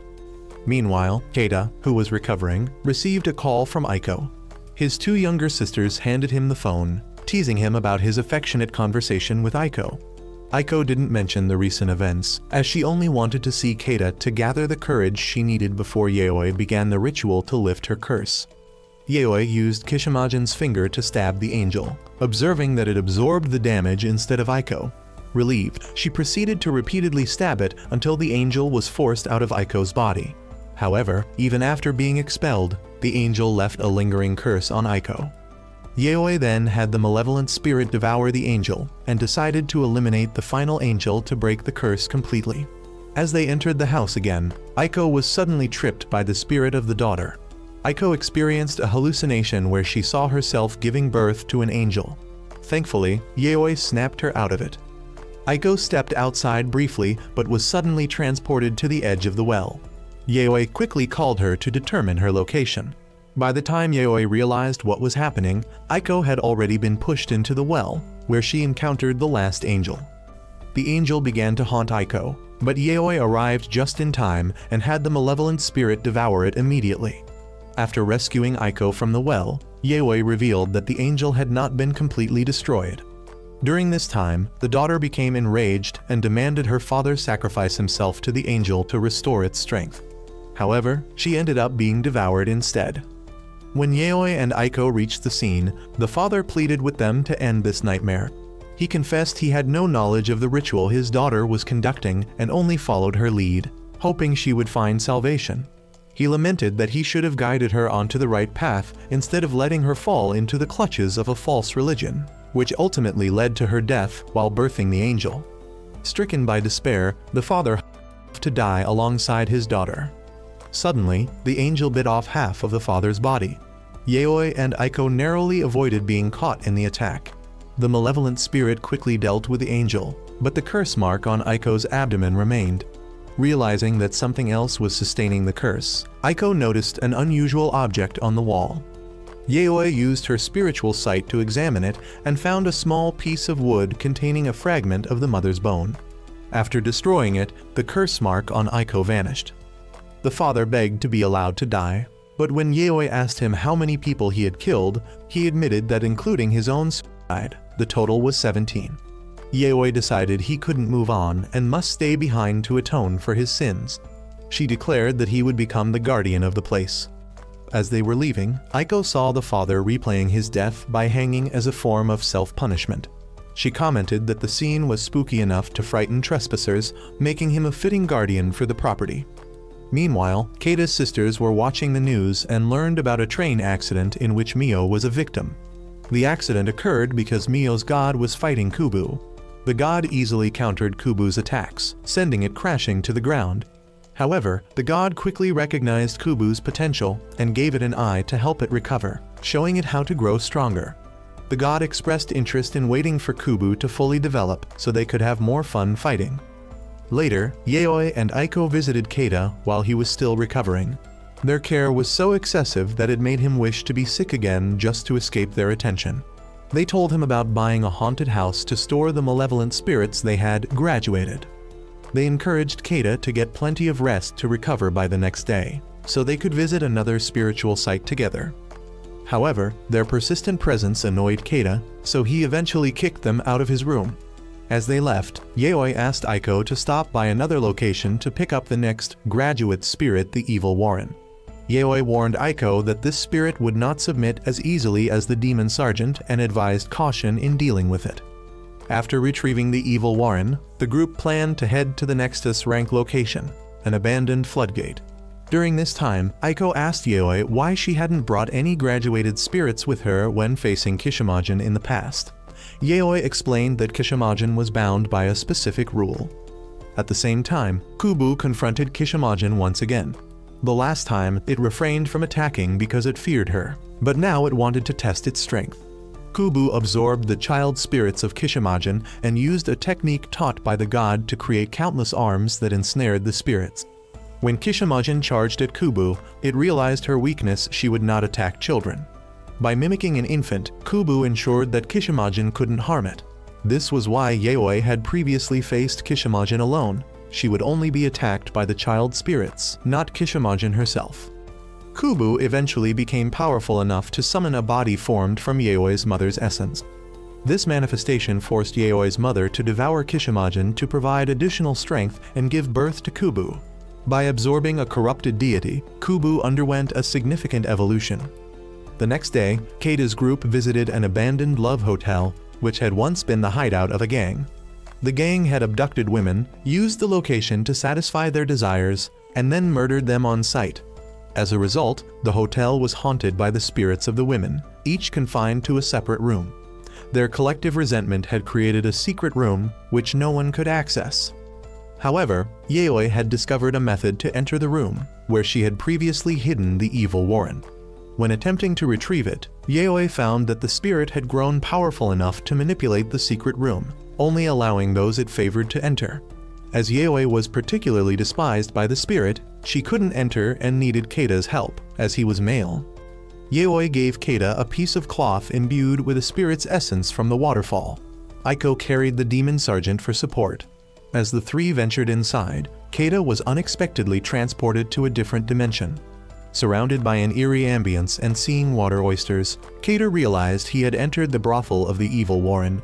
The only way to escape was to seal the spirit. Meanwhile, Yayoi and Aiko noticed Keida's absence. Using his tracker, they found that he hadn't physically left the hotel, but had been displaced to another dimension within the same location. Inside the spirit realm, Keida followed the initial instructions by switching the room's number plate. A female ghost entered the room, was killed, reset, and exited. Then, multiple shadowy figures emerged, leaving Keida confused about their behavior but determined to continue following the ghost. In the next step, Keida needed to close a door to prevent the ghost from entering. The ghost was trapped outside, but the shadowy figures surrounded the door. When Keida accidentally made a sound, they approached him. He rushed to the third step, switching the number plate of another room and leaving the door open. The ghost re-entered, but suddenly the hallway was flooded with eyes staring directly at Keida. As he was about to be attacked, the female ghost exited the room, restoring the hallway to normal. Keida then discovered the secret room but was grabbed by the ghost, forcing him to witness a reflection of himself. Realizing his body had been switched, Keida pushed the ghost away and returned to normal. He quickly entered the secret room. Inside, Keida found someone bound. As he approached, he realized it was Aiko. However, this Aiko behaved strangely, asking Keida to untie her. The cloth in Keida's pocket activated a curse on his neck, revealing that the figure before him wasn't Aiko, but the evil Warren. When the spirit realized her disguise had been uncovered, she dropped her act, grabbed Keida, and attempted to burn down the room. She began cursing Keida, forcing him to release her seal. Meanwhile, Yayoi and Aiko located the secret room and heard Keida's voice coming from inside. Keida quickly used the seal crafted from the hair of the long-haired evil spirit to restrain the evil Warren, but she attempted to stop him. At that moment, the female ghost entered the room. Hearing Keida in trouble, Yayoi captured the ghost and rushed in to assist him.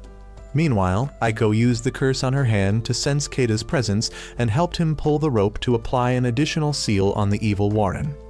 Keida was relieved to have escaped and expressed gratitude toward Aiko, acknowledging that he wouldn't have survived without her help. As Yayoi and Aiko left, Keida reflected on how formidable the evil Warren was. He noted that historically, Japanese courtesans were highly skilled individuals. While he respected her strength, he vowed not to let her tarnish Aiko's image in his eyes.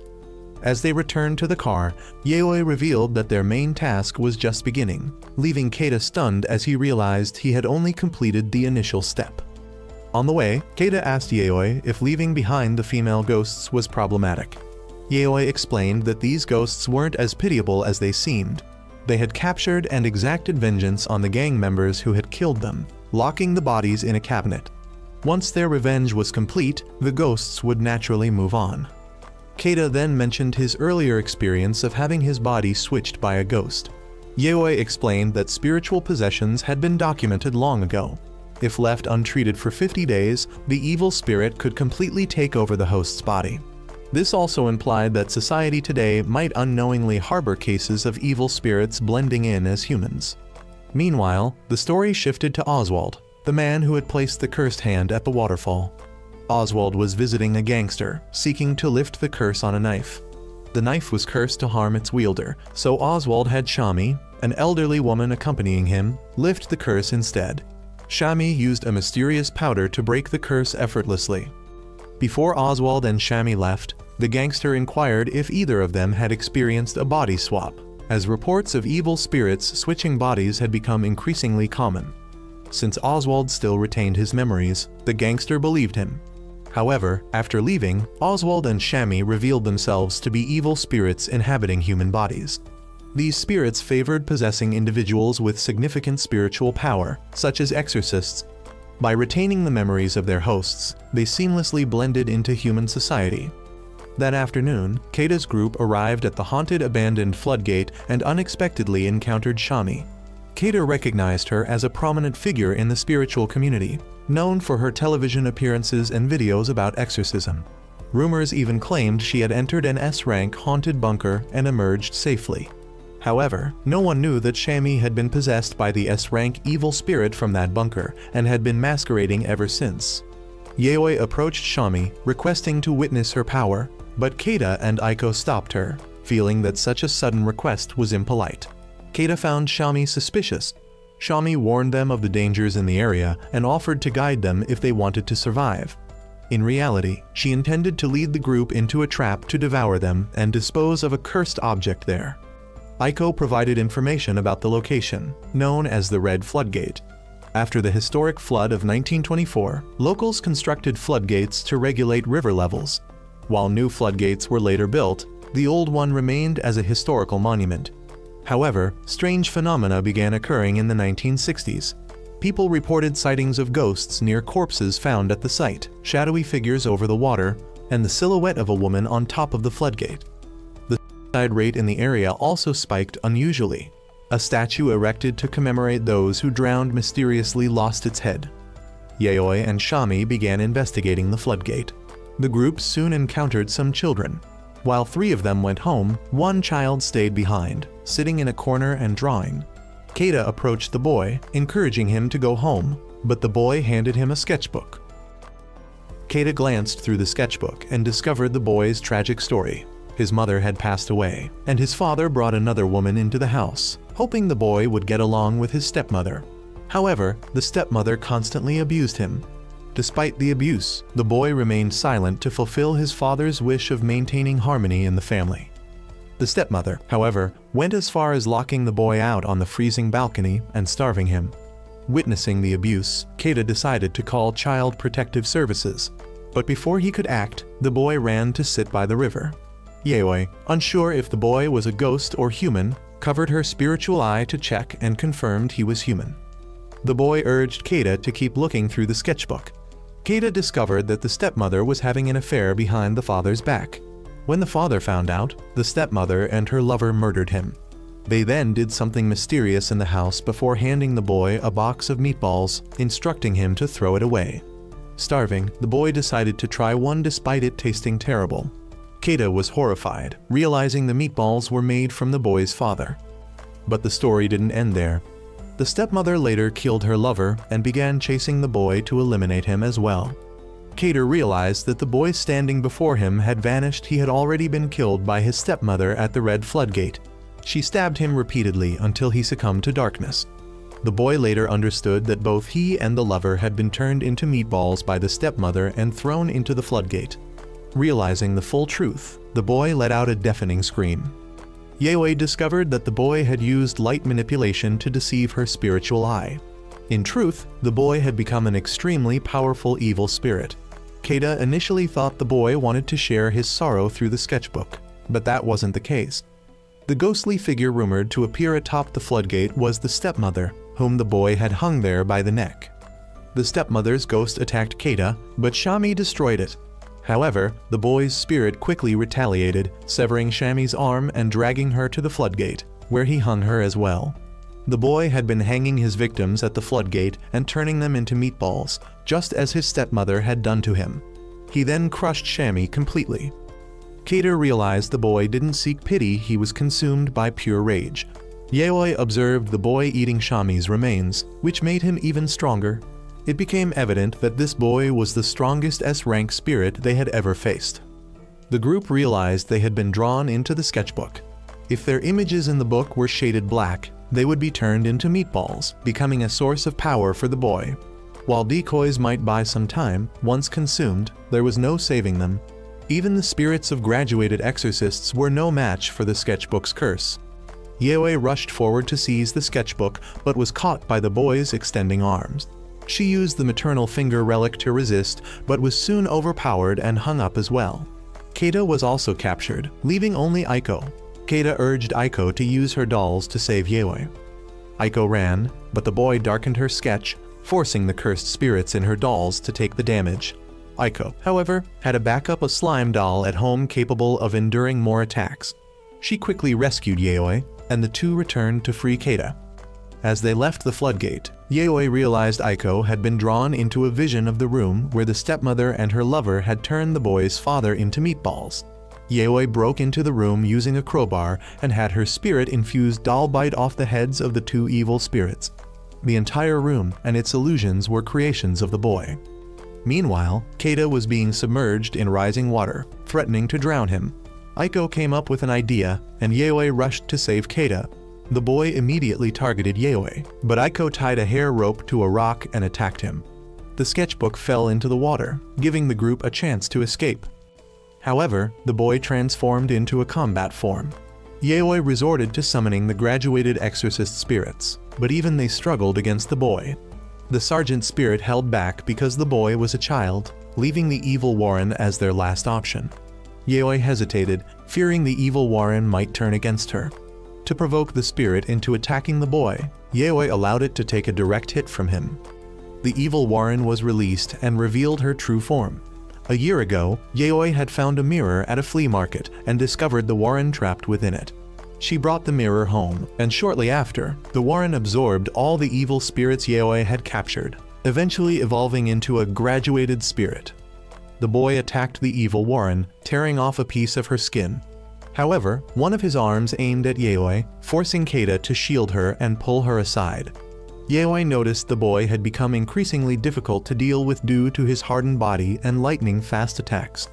Moreover, when he struck a target, he would take parts of their body to turn into meatballs, further enhancing his power. Despite this, the evil Warren began to grow angry.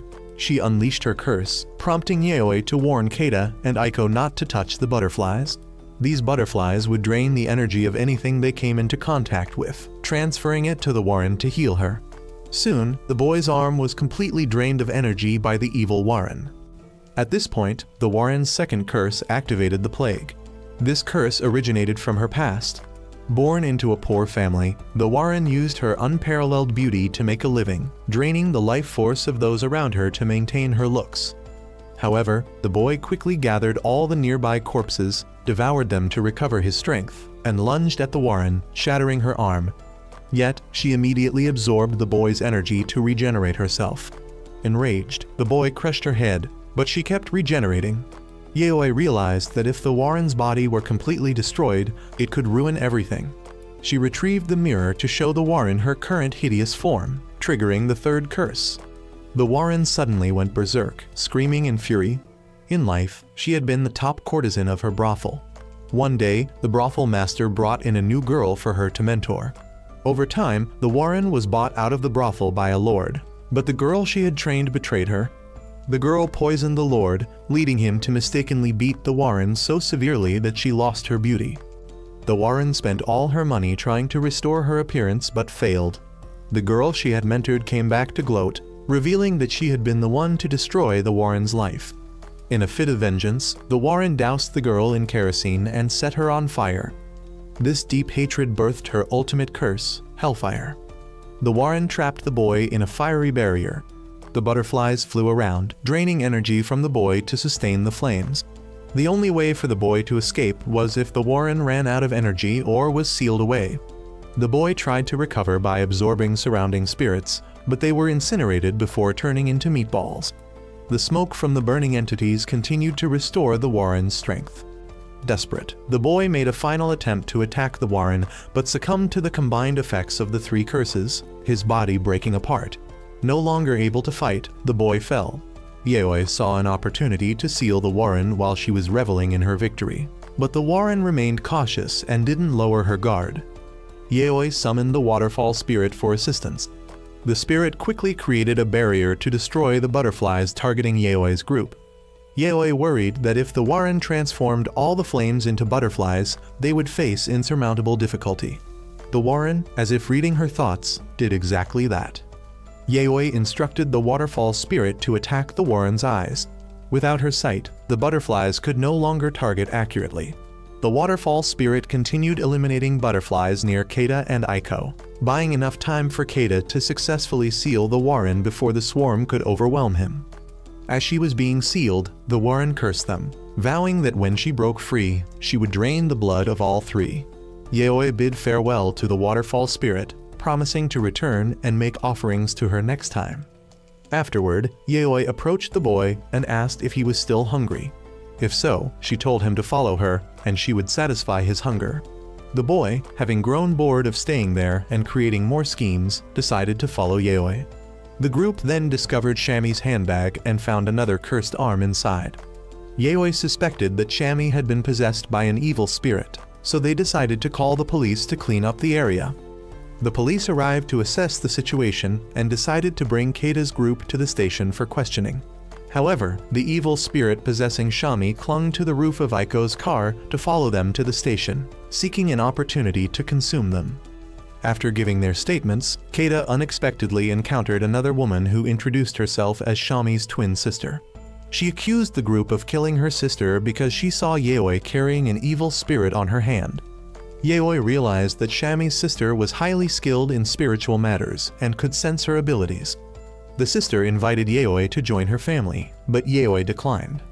The sister revealed that she had known for a long time that her younger twin was possessed, as anyone with spiritual sight could see the difference in aura before and after possession. Smart evil spirits often chose hosts with matching auras to blend in. For ordinary people like Keita, it was necessary to observe behavior closely to detect possession. The sister wasn't too saddened by her siblings passing, as her twin had never been very proficient in spiritual matters and had leveraged media attention to gain fame, which made her an easy target.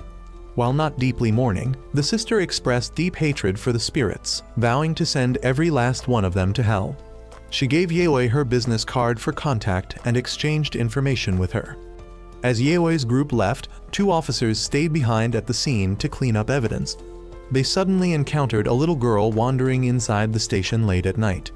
When they pursued her, the evil spirit that had possessed Shami cursed them and decapitated them. The following morning, several police officers were found in a state of insanity. Their brains were riddled with holes, their bodies decomposing. The only visible injury was a broken finger used to write the word head on the ground before their deaths. They succumbed hours later, with the cause of death officially listed as unknown. The previous night, after the spirit wreaked havoc at the station, Oswald arrived to retrieve it. A girl who had come to collect the evil spirit expressed interest in meeting Yaoi's group after hearing the spirit's account of them. Upon returning, Yaoi and Aiko discovered news about Mio being in the midst of a battle between gods and Kubu. Yaoi called Keita to arrange a plan to assist Mio. Keita reminded Yaoi about her upcoming return to school, which made her lose her composure. Eventually, she relented and left, visibly upset. Keita knew her distress was due to Kubu's involvement, so he decided to plan a visit to Mio over the weekend. The next morning, Yaoi returned to school, unsure of what the gods intended by aiding Kubu's recovery. Suddenly, she ran into a schoolmate, Dorothy, who was possessed by an evil spirit and allied with Oswald. Dorothy, having heard about Yaoi from the spirit that had possessed Shami, wanted to test Yaoi's abilities. Seeing that Yaoi always carried an evil spirit, Dorothy struck up a conversation and invited her to explore paranormal phenomena at school, claiming she could see spirits too. In class, Yaoi was glued to her phone, prompting the class president to complain. A classmate mocked Yaoi for believing in ghosts. Yaoi, wanting to settle it with a fight, was interrupted by Dorothy, who proposed ghost hunting instead. The group agreed, but the class president found Dorothy's sudden openness suspicious, as she had always been timid before. After school, the group gathered, and Dorothy recounted the 7 mysteries of the school. The first was the ghost of Hanako in the restroom. However, the delinquent boy and Yaoi tried summoning Hanako, but nothing happened. The group continued visiting other locations, encountering nothing major, until they reached the final destination. Dorothy revealed to Yaoi that she had engraved seals to lure all the ghosts in the school to this place, where they would be devoured by a bloodthirsty ghost, creating an evil spirit with immense malice. Dorothy handed a key to the delinquent boy to open the door. Before Yaoi could stop him, the ghost's malevolent energy erupted throughout the school, rendering both students and teachers unconscious. Inside her mind, Yaoi witnessed the tragic story of a tormented teacher's spirit. This teacher had been relentlessly bullied by his class. They vandalized his desk, threw rocks at his head, and even destroyed his car. Adding to his misery, the principal accused him of secretly photographing female students, a false accusation set up by others. His wife divorced him, plunging him into despair. Ultimately, the teacher committed suicide, cursing the students who had ruined his life. However, his lingering resentment was weak and was on the verge of dissipating, until Dorothy directed malevolent energy toward him, turning him into an evil spirit. Meanwhile, Dorothy regained consciousness, curious to see how Yaoi would save everyone from this deadly game of hide and seek. The delinquent boy, hiding in a restroom stall, heard the teacher's ghost searching for him. Although the ghost checked every stall, when it reached the boys, it seemed to glance briefly and move on. Thinking it was safe, the boy stepped out, only to discover that the teacher had only sent the lower half of his body away, leaving the upper half behind to ambush him. A flock of crows descended upon the boy, consuming him. He awoke, screaming apologies repeatedly. Elsewhere, the others were being pursued, while Yaoi confronted the teacher's ghost, allowing her evil spirit to consume him. However, the teacher appeared to be regenerating, leading Yaoi to conclude that as long as they remained in this space, the teacher could not be destroyed. The class president, trying to escape the school, found herself inexplicably returned to the back entrance. She then discovered that the delinquent boy had been captured and deduced that anyone whose candle was extinguished by the teacher would be cursed. Later, she encountered Yaoi and called out to her. Yaoi decided to regroup with the president at the stairwell near the shoe lockers. Feeling uneasy, the class president asked Yaoi to stay on the phone for conversation. During their chat, Yaoi asked about the worst thing the president had ever done.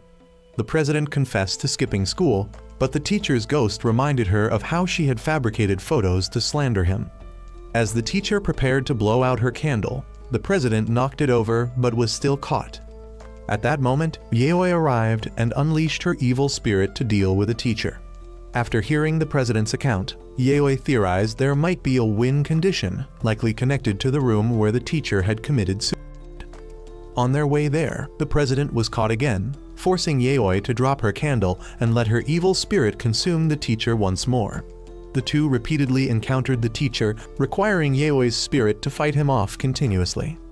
Upon reaching the suicide room, the president noticed numerous photographs, including one of herself. She snatched it and unexpectedly escaped the nightmare. Yaoi realized that retrieving one's photograph was the key to escaping.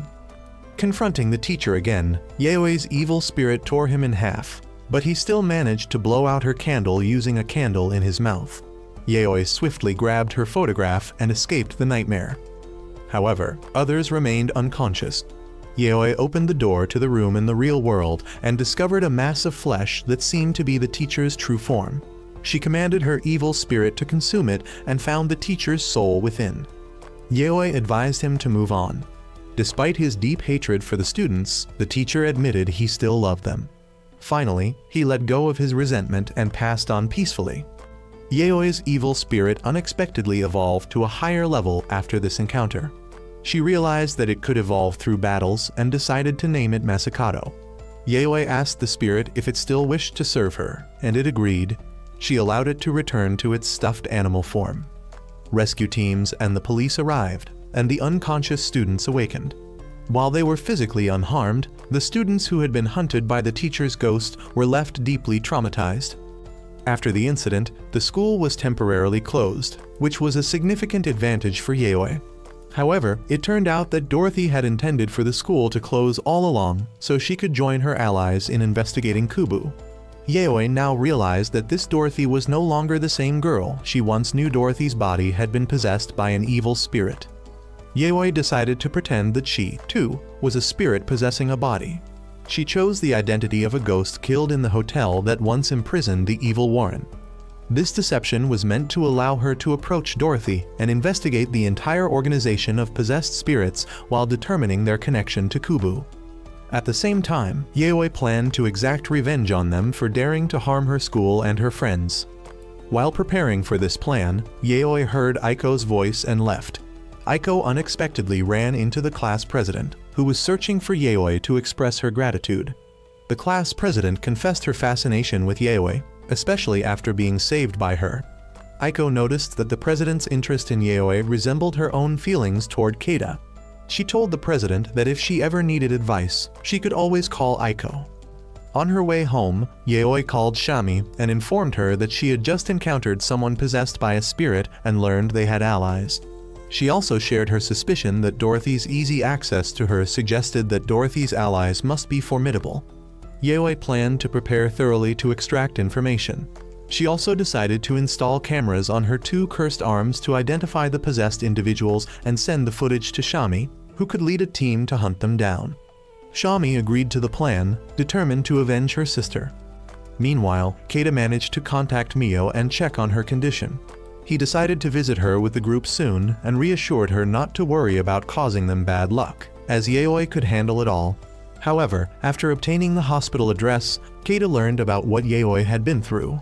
Most perplexing to him was why Yaoi needed to install 30 cameras in his room. Yaoi, on the other hand, was reassessing the power of the god possessing Mio. Initially, she thought she could weaken and defeat it by using 6 graduation-level spirits and cursing the god. However, she now knew the god had 12 subordinates, and Yaoi currently had only 7 spirits strong enough to match the graduation level. 1. The monk, 2. The demon sergeant, 3. Evil Warren, 4. The waterfall spirit, 5. The axe-wielding evil spirit, 6. The meatball boy, 7. Masakado, newly evolved. Yaoi's plan involved using 5 graduation-level spirits to create a barrier that would encompass all of Kyoto, trapping the god inside. Then, the demon sergeant and evil courtesan would weaken the god. Once it was contained within the barrier, she would retrieve the 5 spirits and launch a full-force attack on the god. Keita was concerned that the curse could affect Kyoto's residents. Yaoi took responsibility for this by planning to create 2 sacrificial entities, one to absorb the curse and protect the residents, and another to transfer all the curses to the god. The critical condition was that they had to inscribe this mark on the god, which would be achieved through the waterfall spirit. This spirit could attack from a distance and leave unhealable wounds. In summary, once the curse and barrier were activated, all the curses would circulate through the 2 sacrificial entities and into the god once the mark was inscribed. The team would prepare thoroughly for this battle. During their upcoming trip to Kyoto to visit Mio, the group planned to conquer 5 of the most dangerous spiritual hotspots in Kyoto to set up the points for the ritual barrier. Yaoi warned that the risks were high, but so were the rewards. She emphasized that the upcoming battle could cost them their lives and asked Keita and Aiko to think carefully. If they were resolute, they should give her their answer the following day. That night, Aiko called Yaoi to her room. She showed Yaoi a decoy body made of slime, which could absorb significant damage. Aiko had also set up a storage space in the room in case Yaoi needed it. Seeing how Aiko had only recently started interacting with the spiritual world, yet already thought so far ahead, Yaoi acknowledged her as a worthy assistant. Meanwhile, Keita, despite knowing the road ahead would be fraught with even greater dangers, already had his answer. It had never wavered. That night, Mio, excited about everyone coming to visit her, fell asleep and dreamed of herself dressed as a bride, meeting her mother and aunt. However, Mio soon remembered that her aunt had passed away long ago. Immediately, she was transported to a hospital, where she found herself being forced to wear the bridal outfit of the god. The god then stole her face and memories. Terrified, Mio woke up in tears, overwhelmed by fear.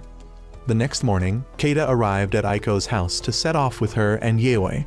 He revealed that he had created a cage capable of remotely sealing graduation-level evil spirits. However, it would require Aiko to upgrade it to extend its range. Yaoi, meanwhile, brought offerings to the waterfall spirit to seek her permission to accompany them to Kyoto for the mission. Yaoi then led Keita and Aiko to the abandoned house Aiko had purchased, where she discarded her cursed right arm into a well. She decided to keep the left arm with her. The reasoning was that the possessed spirits were aware that Yaoi had the cursed right arm, which was why they sent Dorothy to approach her. If they attempted to retrieve the right arm, Yaoi could gather more information. On the other hand, they had no knowledge that Yaoi had lifted the curse on the waterfall spirit and retained the left arm, allowing her to limit the information they could extract. Meanwhile, Oswald decided to disregard the cursed right arm altogether. Their focus was on traveling to Kyoto to observe Kubu's progress, as they wanted to avoid any involvement with the god to steer clear of trouble. Yaoi's group had completed all preparations and began their journey.